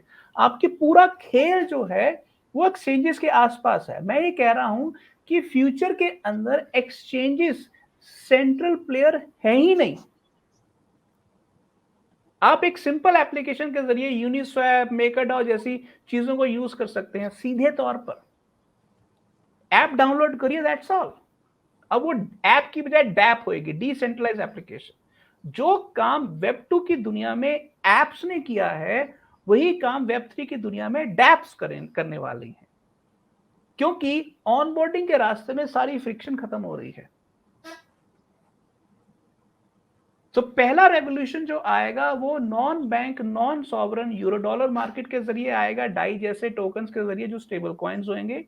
दूसरा, रियल एस्टेट जैसे मार्केट के अंदर जो नॉन परफॉर्मिंग एसेट्स बनेंगे, ये सारे के सारे एनएफटी मॉडल के अंदर ब्लॉकचेन्स के ऊपर आएंगे। और ये मैं जो मार्केट साइज की बात कर रहा हूं, ये बिलियंस में नहीं कर रहा हूं, बिलियंस ऑफ डॉलर्स नहीं, ये मैं ट्रिलियंस ऑफ डॉलर्स के अंदर कर रहा हूं। और ये मार्केट अगले 10 साल में पूरी की पूरी ब्लॉकचेन के ऊपर फुली एस्टैब्लिश हो जाएगी। और ये डिसेंट्रलाइज्ड लेजर्स होंगी, सेंट्रलाइज्ड लेजर्स नहीं होंगी, क्योंकि रास्ता ये बचा है। क्योंकि यहां पर आप एक स्केल की बात कर रहे हैं, आप एक नेटवर्क इफेक्ट्स की बात कर रहे हैं, जो फीड करेंसी में पॉसिबल नहीं है। अगर आप ज्यादा से ज्यादा कस्टमर्स को अट्रैक्ट करना चाहते हैं, तो आप नंबर 1 ग्लोबल प्लेटफॉर्म बनाएंगे, नंबर 2 लोगों को कहेंगे कि आप हर करेंसी के अंदर पेमेंट कर सकते हो। So number 1 euro dollar market crypto में आ रही है, number 2 real estate markets crypto में आ रही हैं, और नंबर 3 जो मार्केट्स क्रिप्टो की तरफ आ रही हैं, उन मार्केट्स को मैं कहता हूं डेटा मार्केट्स। अब डेटा मार्केट्स कहने को तो एक बड़ी कॉम्प्लिकेटेड टर्म है, पर सिंप्लीफाई करने के लिए मैं आपको कहता हूं कि मान लीजिए आप फेसबुक या ट्विटर के यूजर हैं। तो जब आप फेसबुक और ट्विटर के यूजर हैं, तो आप उसके ऊपर डेटा क्रिएट कर रहे हैं, आप उसके ऊपर पोस्ट क्रिएट कर रहे हैं, आप उस पोस्ट के आगे फॉलोअर्स हैं। उसी तरह से आप मान लीजिए ओला यूज करते हैं। जब आप ओला यूज करते हैं, तो अगर मान लीजिए आप यूजर हैं, तो आपका क्या क्रेडिट रेटिंग, आपकी क्या स्कोर आ रहा है, आपकी रेटिंग, क्योंकि ड्राइवर भी आपको रेट करता है। उसी के ओला के अंदर ड्राइवर, कितने ड्राइवर हैं, किस शहर में कितने ड्राइवर्स हैं, किस ड्राइवर की कितनी रेटिंग है, ये डेटा है। तो इसको मैं डेटा मार्केट्स बोलता हूं, चाहे वो ओला की एप्लीकेशन है, चाहे फेसबुक की है या ट्विटर की है, ये है डेटा मार्केट्स। अगर आप ध्यान से देखें पिछले कुछ समय से, आपको सुनकर बड़ी हैरानी होगी कि पिछले लगभग 1 साल से फेसबुक, ट्विटर, गूगल और एप्पल, मैं दोबारा बोल रहा हूं, फेसबुक, गूगल, ट्विटर और एप्पल, ये सारी डेटा मार्केट्स की मोनोपोलीज हैं। इनका जो रेवेन्यू है वो बढ़ना बंद हो रहा है या कम हो रहा है। इनका रेवेन्यू अब डाउन आ रहा है। जैसे एप्पल का रेवेन्यू डाउन आ रहा है, फेसबुक का रेवेन्यू डाउन आ रहा है, गूगल का रेवेन्यू डाउन आ रहा है, ट्विटर का रेवेन्यू डाउन आ रहा है। इसका क्या मतलब है कि अब जब रेवेन्यू डाउन आ रहा है, तो धीरे धीरे इनकी मार्केट वैल्यूएशन कम होएगी, और there is a very serious possibility कि ये सारे के सारे जो बिग स्टॉक्स हैं, जो पहले फांग स्टॉक्स कहे जाते थे, मांगा स्टॉक्स कहे जाते थे, ये स्टॉक्स आने वाले समय में बहुत सीरियस क्रैश आए। जैसे फेसबुक में पीछे क्रैश आया था, नेटफ्लिक्स में पूरा क्रैश आया था। और ये क्रैश आने वाला है। और इसका मतलब ये है कि इन डेटा मोनोपोलीज की जो मार्केट वैल्यू है वो डाउन जा रही है। अब सवाल ये है कि अगर इनकी वैल्यू डाउन जाएगी तो ये अपने आप को दोबारा से हाई वैल्यू बनाने के लिए क्या करेंगे,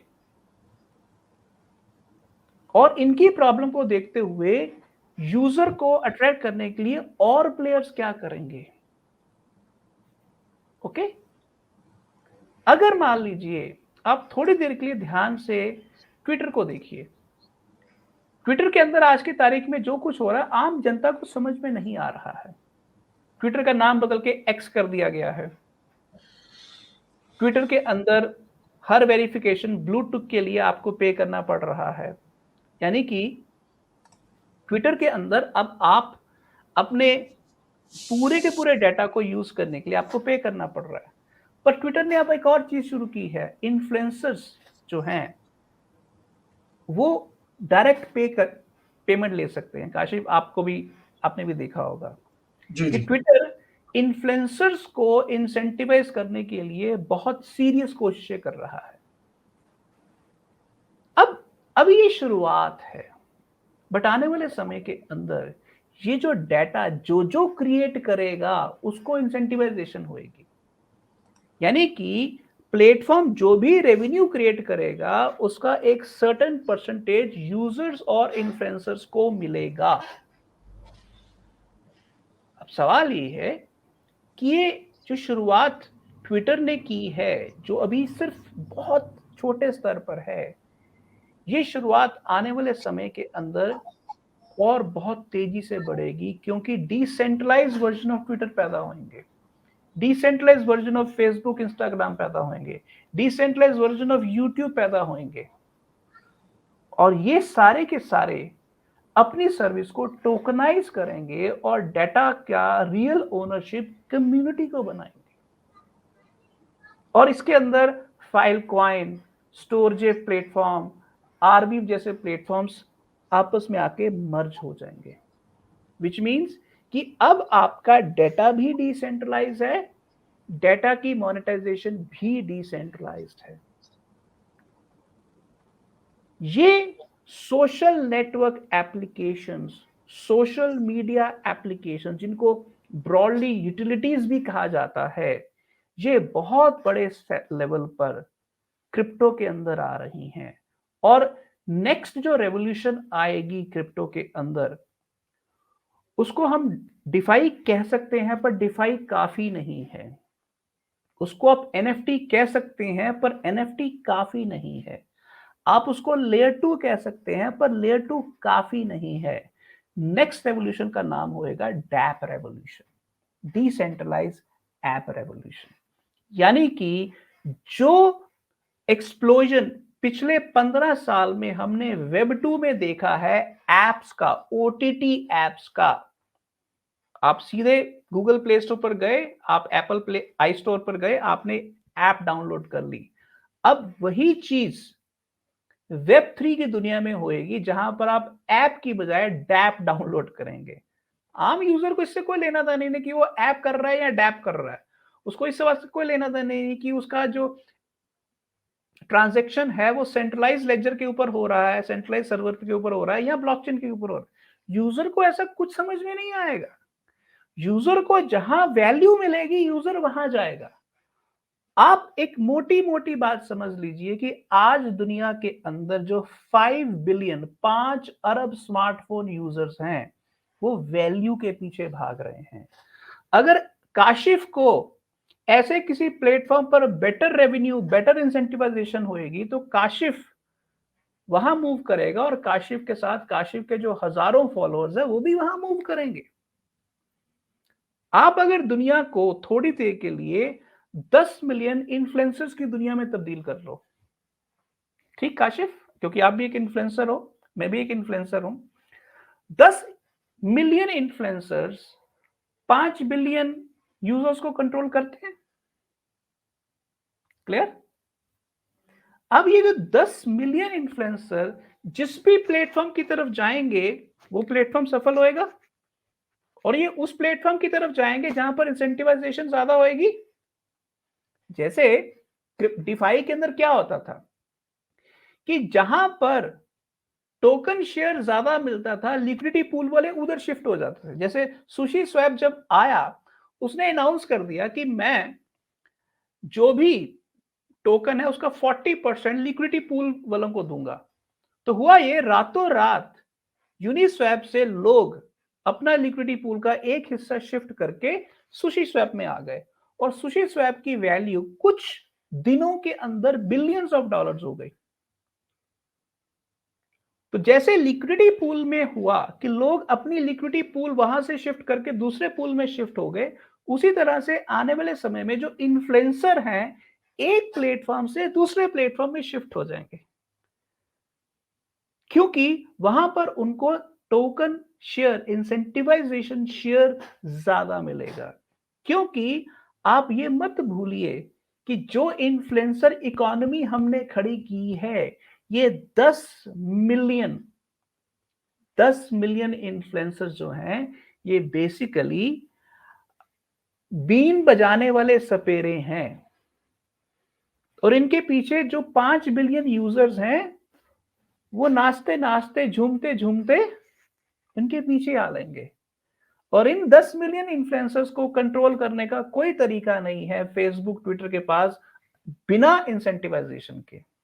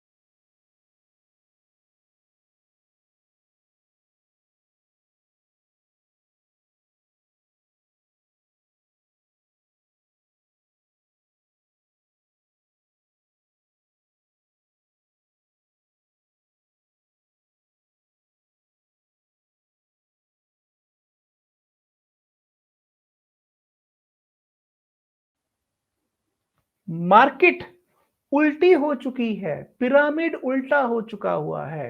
पहले गेम आप ऊपर से कंट्रोल करते थे, इन्फ्लुएंसर इकोनॉमी में आप गेम बॉटम से कंट्रोल करते हैं। ये जो चेंज है, ये चेंज डेटा मार्केट्स को, जो इन्फ्लुएंसर्स यूट्यूब पर हैं, फेसबुक पर हैं, लिंक्डइन पर हैं, इंस्टाग्राम पर हैं, ये सारे के सारे अपने यूजर बेस को वहां शिफ्ट करेंगे जहां पर उनको बेटर इंसेंटिव, बेटर रेवेन्यू मिलेगा। यानी कि ये डेटा मार्केट्स वहां शिफ्ट होने वाली हैं जहां पर ब्लॉकचेन, स्मार्ट कॉन्ट्रैक्ट्स और टोकनाइजेशन मॉडल हैं, और वो यूजर की वैल्यू, डेटा की वैल्यू को ज्यादा बेटर बनाएंगे। यानी कि डेटा मोनोपोलीज के खत्म होने का टाइम आ गया है। आज की तारीख में अगर आप ट्विटर का इक्विवेलेंट क्रिएट करना चाहें, जैसे थ्रेड्स पीछे आया, 5 दिनों में 100 मिलियन यूजर आए, पर 100 मिलियन आए तो थोड़ी देर बाद वो यूजर्स घट गए, क्योंकि उन यूजर्स को कोई वैल्यू नहीं मिली, इन्फ्लुएंसर्स को कोई वैल्यू नहीं मिली। बट सोचिए, कल को रिलायंस थ्रेड्स जैसी एप्लीकेशन लॉन्च करता है, पर ब्लॉकचेन के ऊपर करता है, और कहता है हमारे 50% टोकन्स सिर्फ इन्फ्लुएंसर्स के पास जाएंगे, तो स्थिति डिफरेंट हो जाएगी। मैं ये कह रहा हूं कि हम एक ऐसे पॉइंट पर आ गए हैं जहां पर 3 बड़े दरवाजे इस लेंडर ऑफ लास्ट रिजॉर्ट के डिस्ट्रक्शन, इसके बर्बाद होने के सामने खुले हुए हैं।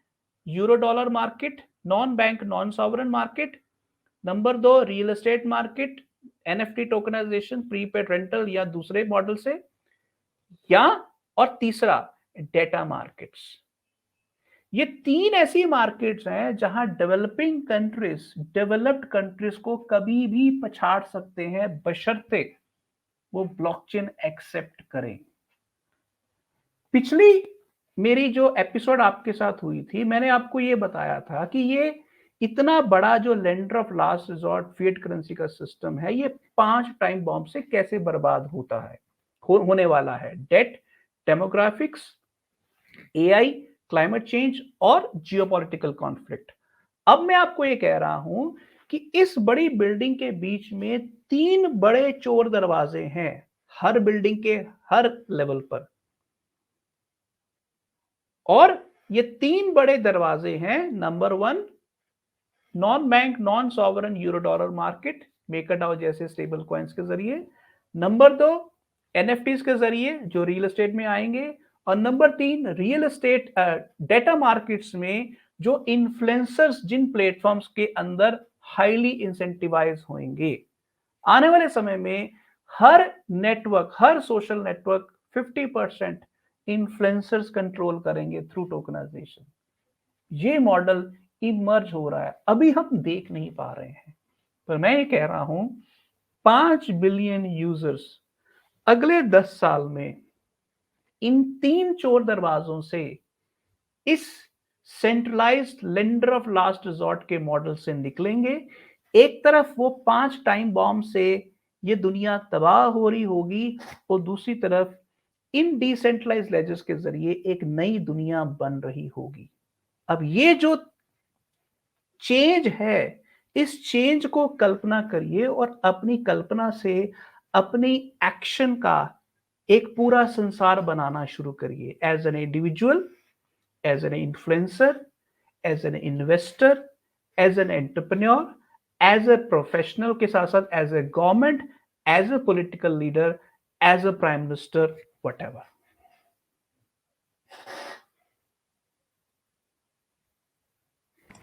Thank you very much sir. आपने इतना डिटेल में 1 घंटा 30 मिनट का ये पॉडकास्ट हो गया है, थोड़ा सा लंबा हो गया हमारे जो लिसनर्स हैं, लेकिन कभी भी कंप्लेन नहीं करते, कि वो ही कहते हैं कि सर और लंबा चलता तो हम और सुनेंगे। मतलब उनको मजा आता है, उनको पता भी नहीं लगता एक्चुअली। जब हमारी आपकी जो भी लोग सुनते हैं तो उनको वक्त का पता नहीं रहता। और आपने बहुत अच्छी बात बोली।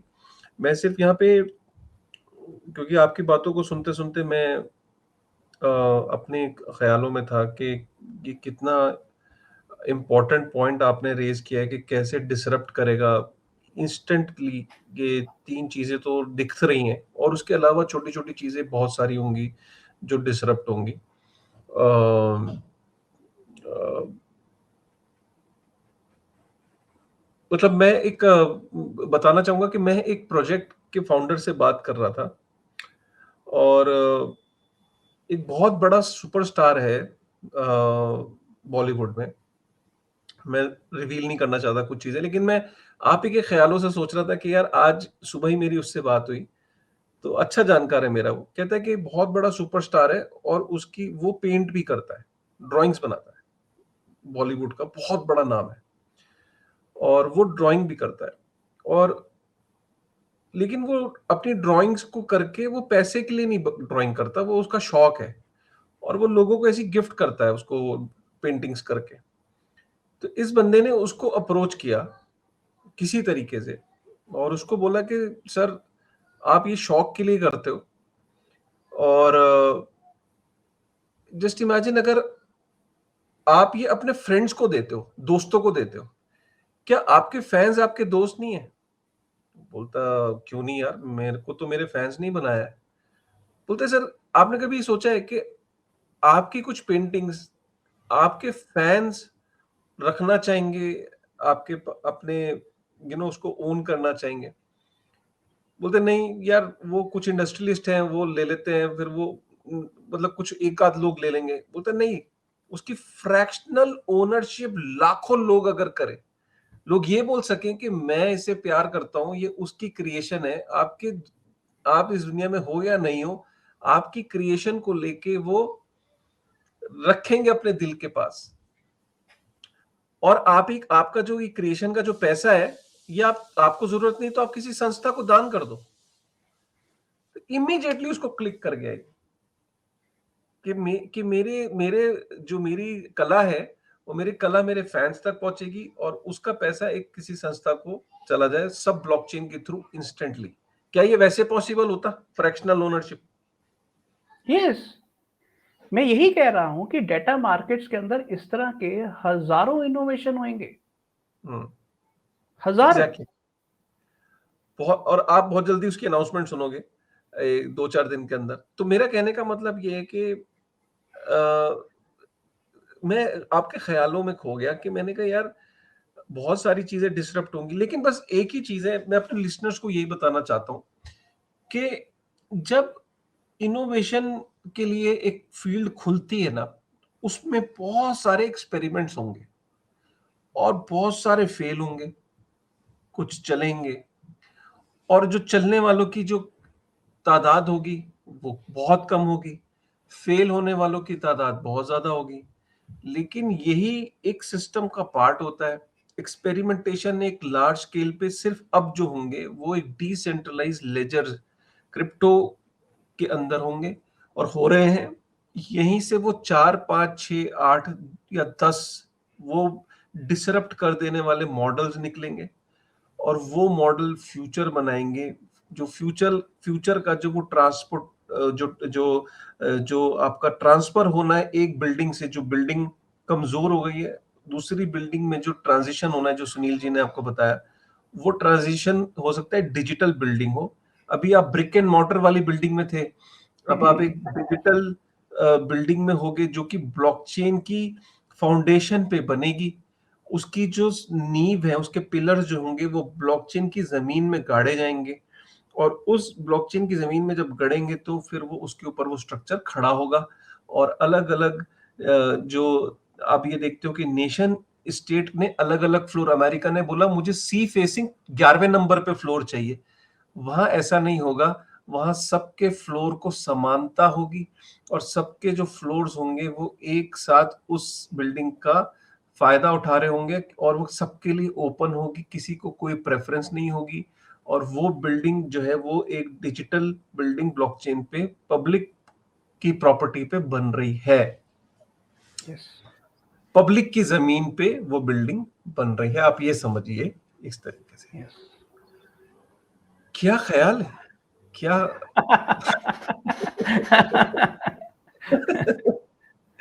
आप देख रहे होंगे कि 1.5 घंटा 36 मिनट की कन्वर्सेशन में किसी भी तरीके की कोई बोर्डम या ऐसा एहसास नहीं हुआ कि ये वक्त निकल गया।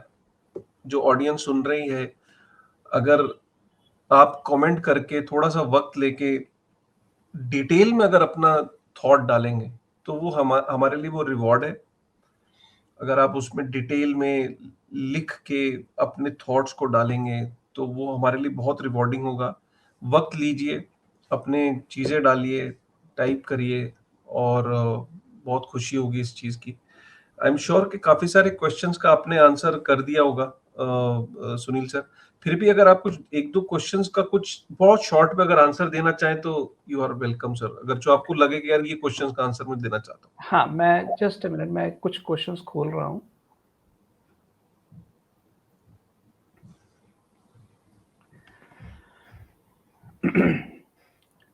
तो आपने यहाँ कुछ लोगों ने पूछा था कि क्लाइमेट चेंज के लिए क्रिप्टो के पास क्या सॉल्यूशन हो सकता है? और दूसरा, यहाँ आप किसी ने पूछा था कि गवर्नमेंट अगर बीटीसी या क्रिप्टो एक्सेप्ट कर लेगी तो गवर्नमेंट की क्या ताकत कम हो जाएगी? पहले तो मैं इन दोनों सवालों के जवाब ही देता हूँ कि जब क्रिप्टो के ये जो 3 चीज़ें मैंने कही हैं, गवर्नमेंट बेसिकली उसकी ताकत कम नहीं होएगी, उसकी ताकत डेमोक्रेटिक हो जाएगी। क्योंकि देखिए, 2 चीज़ें होती हैं, एक पावर कंट्रोल की तरफ ले जाती है और एक पावर लेजिटिमेसी की तरफ ले जाती है। कंट्रोल की तरफ जाना खराब होता है, लेजिटिमेसी की तरफ जाना सही होता है। और मैं ये कह रहा हूं कि ब्लॉकचेन के यूज से हमारे जितने भी कॉरपोरेशंस हैं, जितने भी सरकारों के काम हैं, उनकी लेजिटिमेसी बढ़ेगी। जो सरकार ब्लॉकचेन की तरफ जाएगी उसकी लेजिटिमेसी बढ़ेगी, जो सरकार सेंट्रलाइज की तरफ जाएगी उसकी लेजिटिमेसी कम होगी। तो इसलिए सूनर सूनर देन लेटर सरकारों को, कॉरपोरेशंस को समझ में आ जाएगा कि ब्लॉकचेन की तरफ जाना उनके लिए फायदे का सौदा है। तो इसलिए क्रिप्टो की एडॉप्शन उनके लिए फायदे का सौदा है। आज जो आपको नजर आता है, आज से 5 साल बाद इससे टोटल विपरीत हो चुका होगा। Majority of governments will be pro crypto, because ये जो 3 चीजें मैंने बताई हैं, non bank non sovereign, dollar market, number 2 real estate market, और नंबर 3 डेटा मार्केट्स, इन तीनों के अंदर गवर्नमेंट को अगर रेलेवेंट रहना है तो गवर्नमेंट को इनको सपोर्ट करना पड़ेगा, क्योंकि otherwise lender of last resort, बड़ी लेजर जब तबाह होंगी तो गवर्नमेंट उसके साथ तबाह होगी। सो पहली बात कि क्रिप्टो की एडॉप्शन से गवर्नमेंट की लेजिटिमेसी बढ़ेगी, कंट्रोल की बात नहीं है, लेजिटिमेसी बढ़ेगी। जो गवर्नमेंट इसको यूज करेगी उसकी लेजिटिमेसी में बेहतरी होगी। Now number 2, climate change. देखिए, क्लाइमेट चेंज का जो खतरा है वो एक बहुत बड़ा खतरा है, और उस खतरे से उभरने के जो तरीके हैं वो ये हैं कि हम अपने जीने के तरीके में कुदरत का संतुलन लेके आए। और उसके अंदर मैं एक सिंपल सी उदाहरण देता हूं।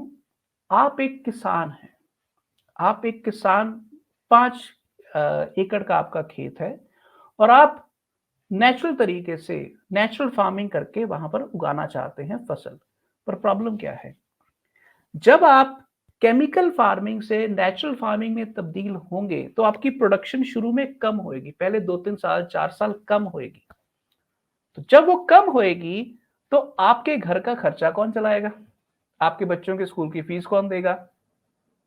बट अगर थोड़ी देर के लिए एज्यूम कर लिया जाए कि रियल एस्टेट मार्केट टोकनाइज हो गई है, तो किसान उस 5 एकड़ जमीन को एनएफटी में तब्दील करेगा, उस एनएफटी के अगेंस्ट एक टोकनाइजेशन मॉडल लेके आएगा जो हो सकता है आपको भी इनकम का सोल्यूशन दे, और मेकरडाउ की तरह उसके अगेंस्ट एक कोलेटरल वैल्यू के अगेंस्ट एक डाई जैसा स्टेबल कॉइन रेस कर रहे।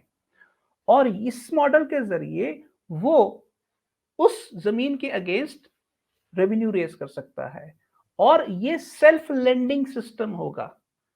और एनएफटी टोकनाइजेशन के अंदर, यूरो डॉलर मार्केट मॉडल के अंदर, मेकाडॉ जैसे मॉडल्स के अंदर self incentivisation, self funding possible होएगी किसान के लिए, और किसान केमिकल फार्मिंग से नेचुरल फार्मिंग में शिफ्ट हो सकता है। अगर वो कर लेता है तो वो ग्लोबल वार्मिंग, क्लाइमेट चेंज के नेगेटिव इफेक्ट से अपने आप को बचा सकता है। और सरकारों को ये आने वाले समय में करना पड़ेगा, किसानों को सेल्फ फंडिंग के टूल्स देने पड़ेंगे, और उसका एकमात्र तरीका एनएफटी मॉडल होगा। सो इस तरह के बहुत सारे जो आपके सवाल हैं, अगर जो आज मैंने आपको जवाब दिए हैं, उनके बीच आपके सभी सवालों के कहीं ना कहीं सॉल्यूशंस बैठे हुए हैं। तो इन 3 चीजों को, यूरो डॉलर, रियल एस्टेट और डेटा मार्केट्स, ये ब्लॉकचेन में आ रही हैं, और इसके अंदर क्रिप्टो दुनिया को बचाने का इस समय बेस्ट बेट है। Crypto will save the world, a world which is dying because of these 5 time bombs: debt, demographics, AI, climate change, and geopolitical conflict.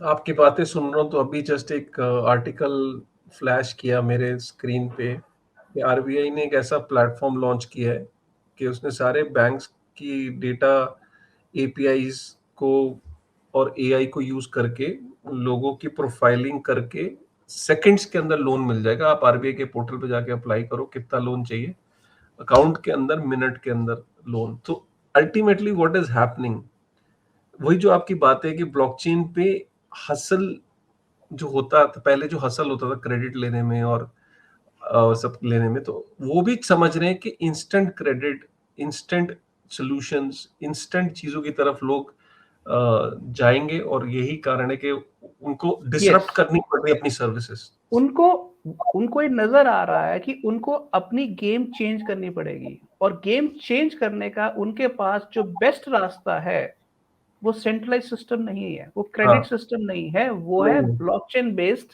Stable coin lending system. हाँ। So they're trying to experiment with the existing yes, system. Existing system will not deliver the results. So ultimately, the intent is clear that they also admit that something has to change. Yes. Otherwise, things are going toward a different direction. और इसलिए मैं 3 किस्म के लोगों को आने वाले समय के भगवान मानता हूं। नंबर 1 किसान, जो दुनिया को बचाएंगे थ्रू क्रिप्टो। नंबर 2 इन्फ्लुएंसर, जो आर्टिस्ट भी हो सकता है, कुछ भी हो सकता है, पर वो इन्फ्लुएंसर होएगा। और नंबर 3 एंटरप्रेन्योर। इन्फ्लुएंसर, एंटरप्रेन्योर और फार्मर। हो सकता है कि एक इंसान ये तीनों चीजें भी हो, बट ये 3 किस्म के लोग दुनिया को बचाएंगे with the help of crypto. Sure. Thank you very much sir for closing remarks and closing thoughts. कैसा लगा यार आज का शो? प्लीज कमेंट करके जरूर बताइए। सब्सक्राइब बटन जरूर दबा लीजिए ताकि ऐसे वीडियोस आपको मिलते रहें। बेल आइकन प्रेस कर लीजिए। सुनील जी को प्लीज फॉलो करिए ट्विटर पे, और जो भी आपको सुनील जी के लिए कमेंट्स हैं उसको डालें।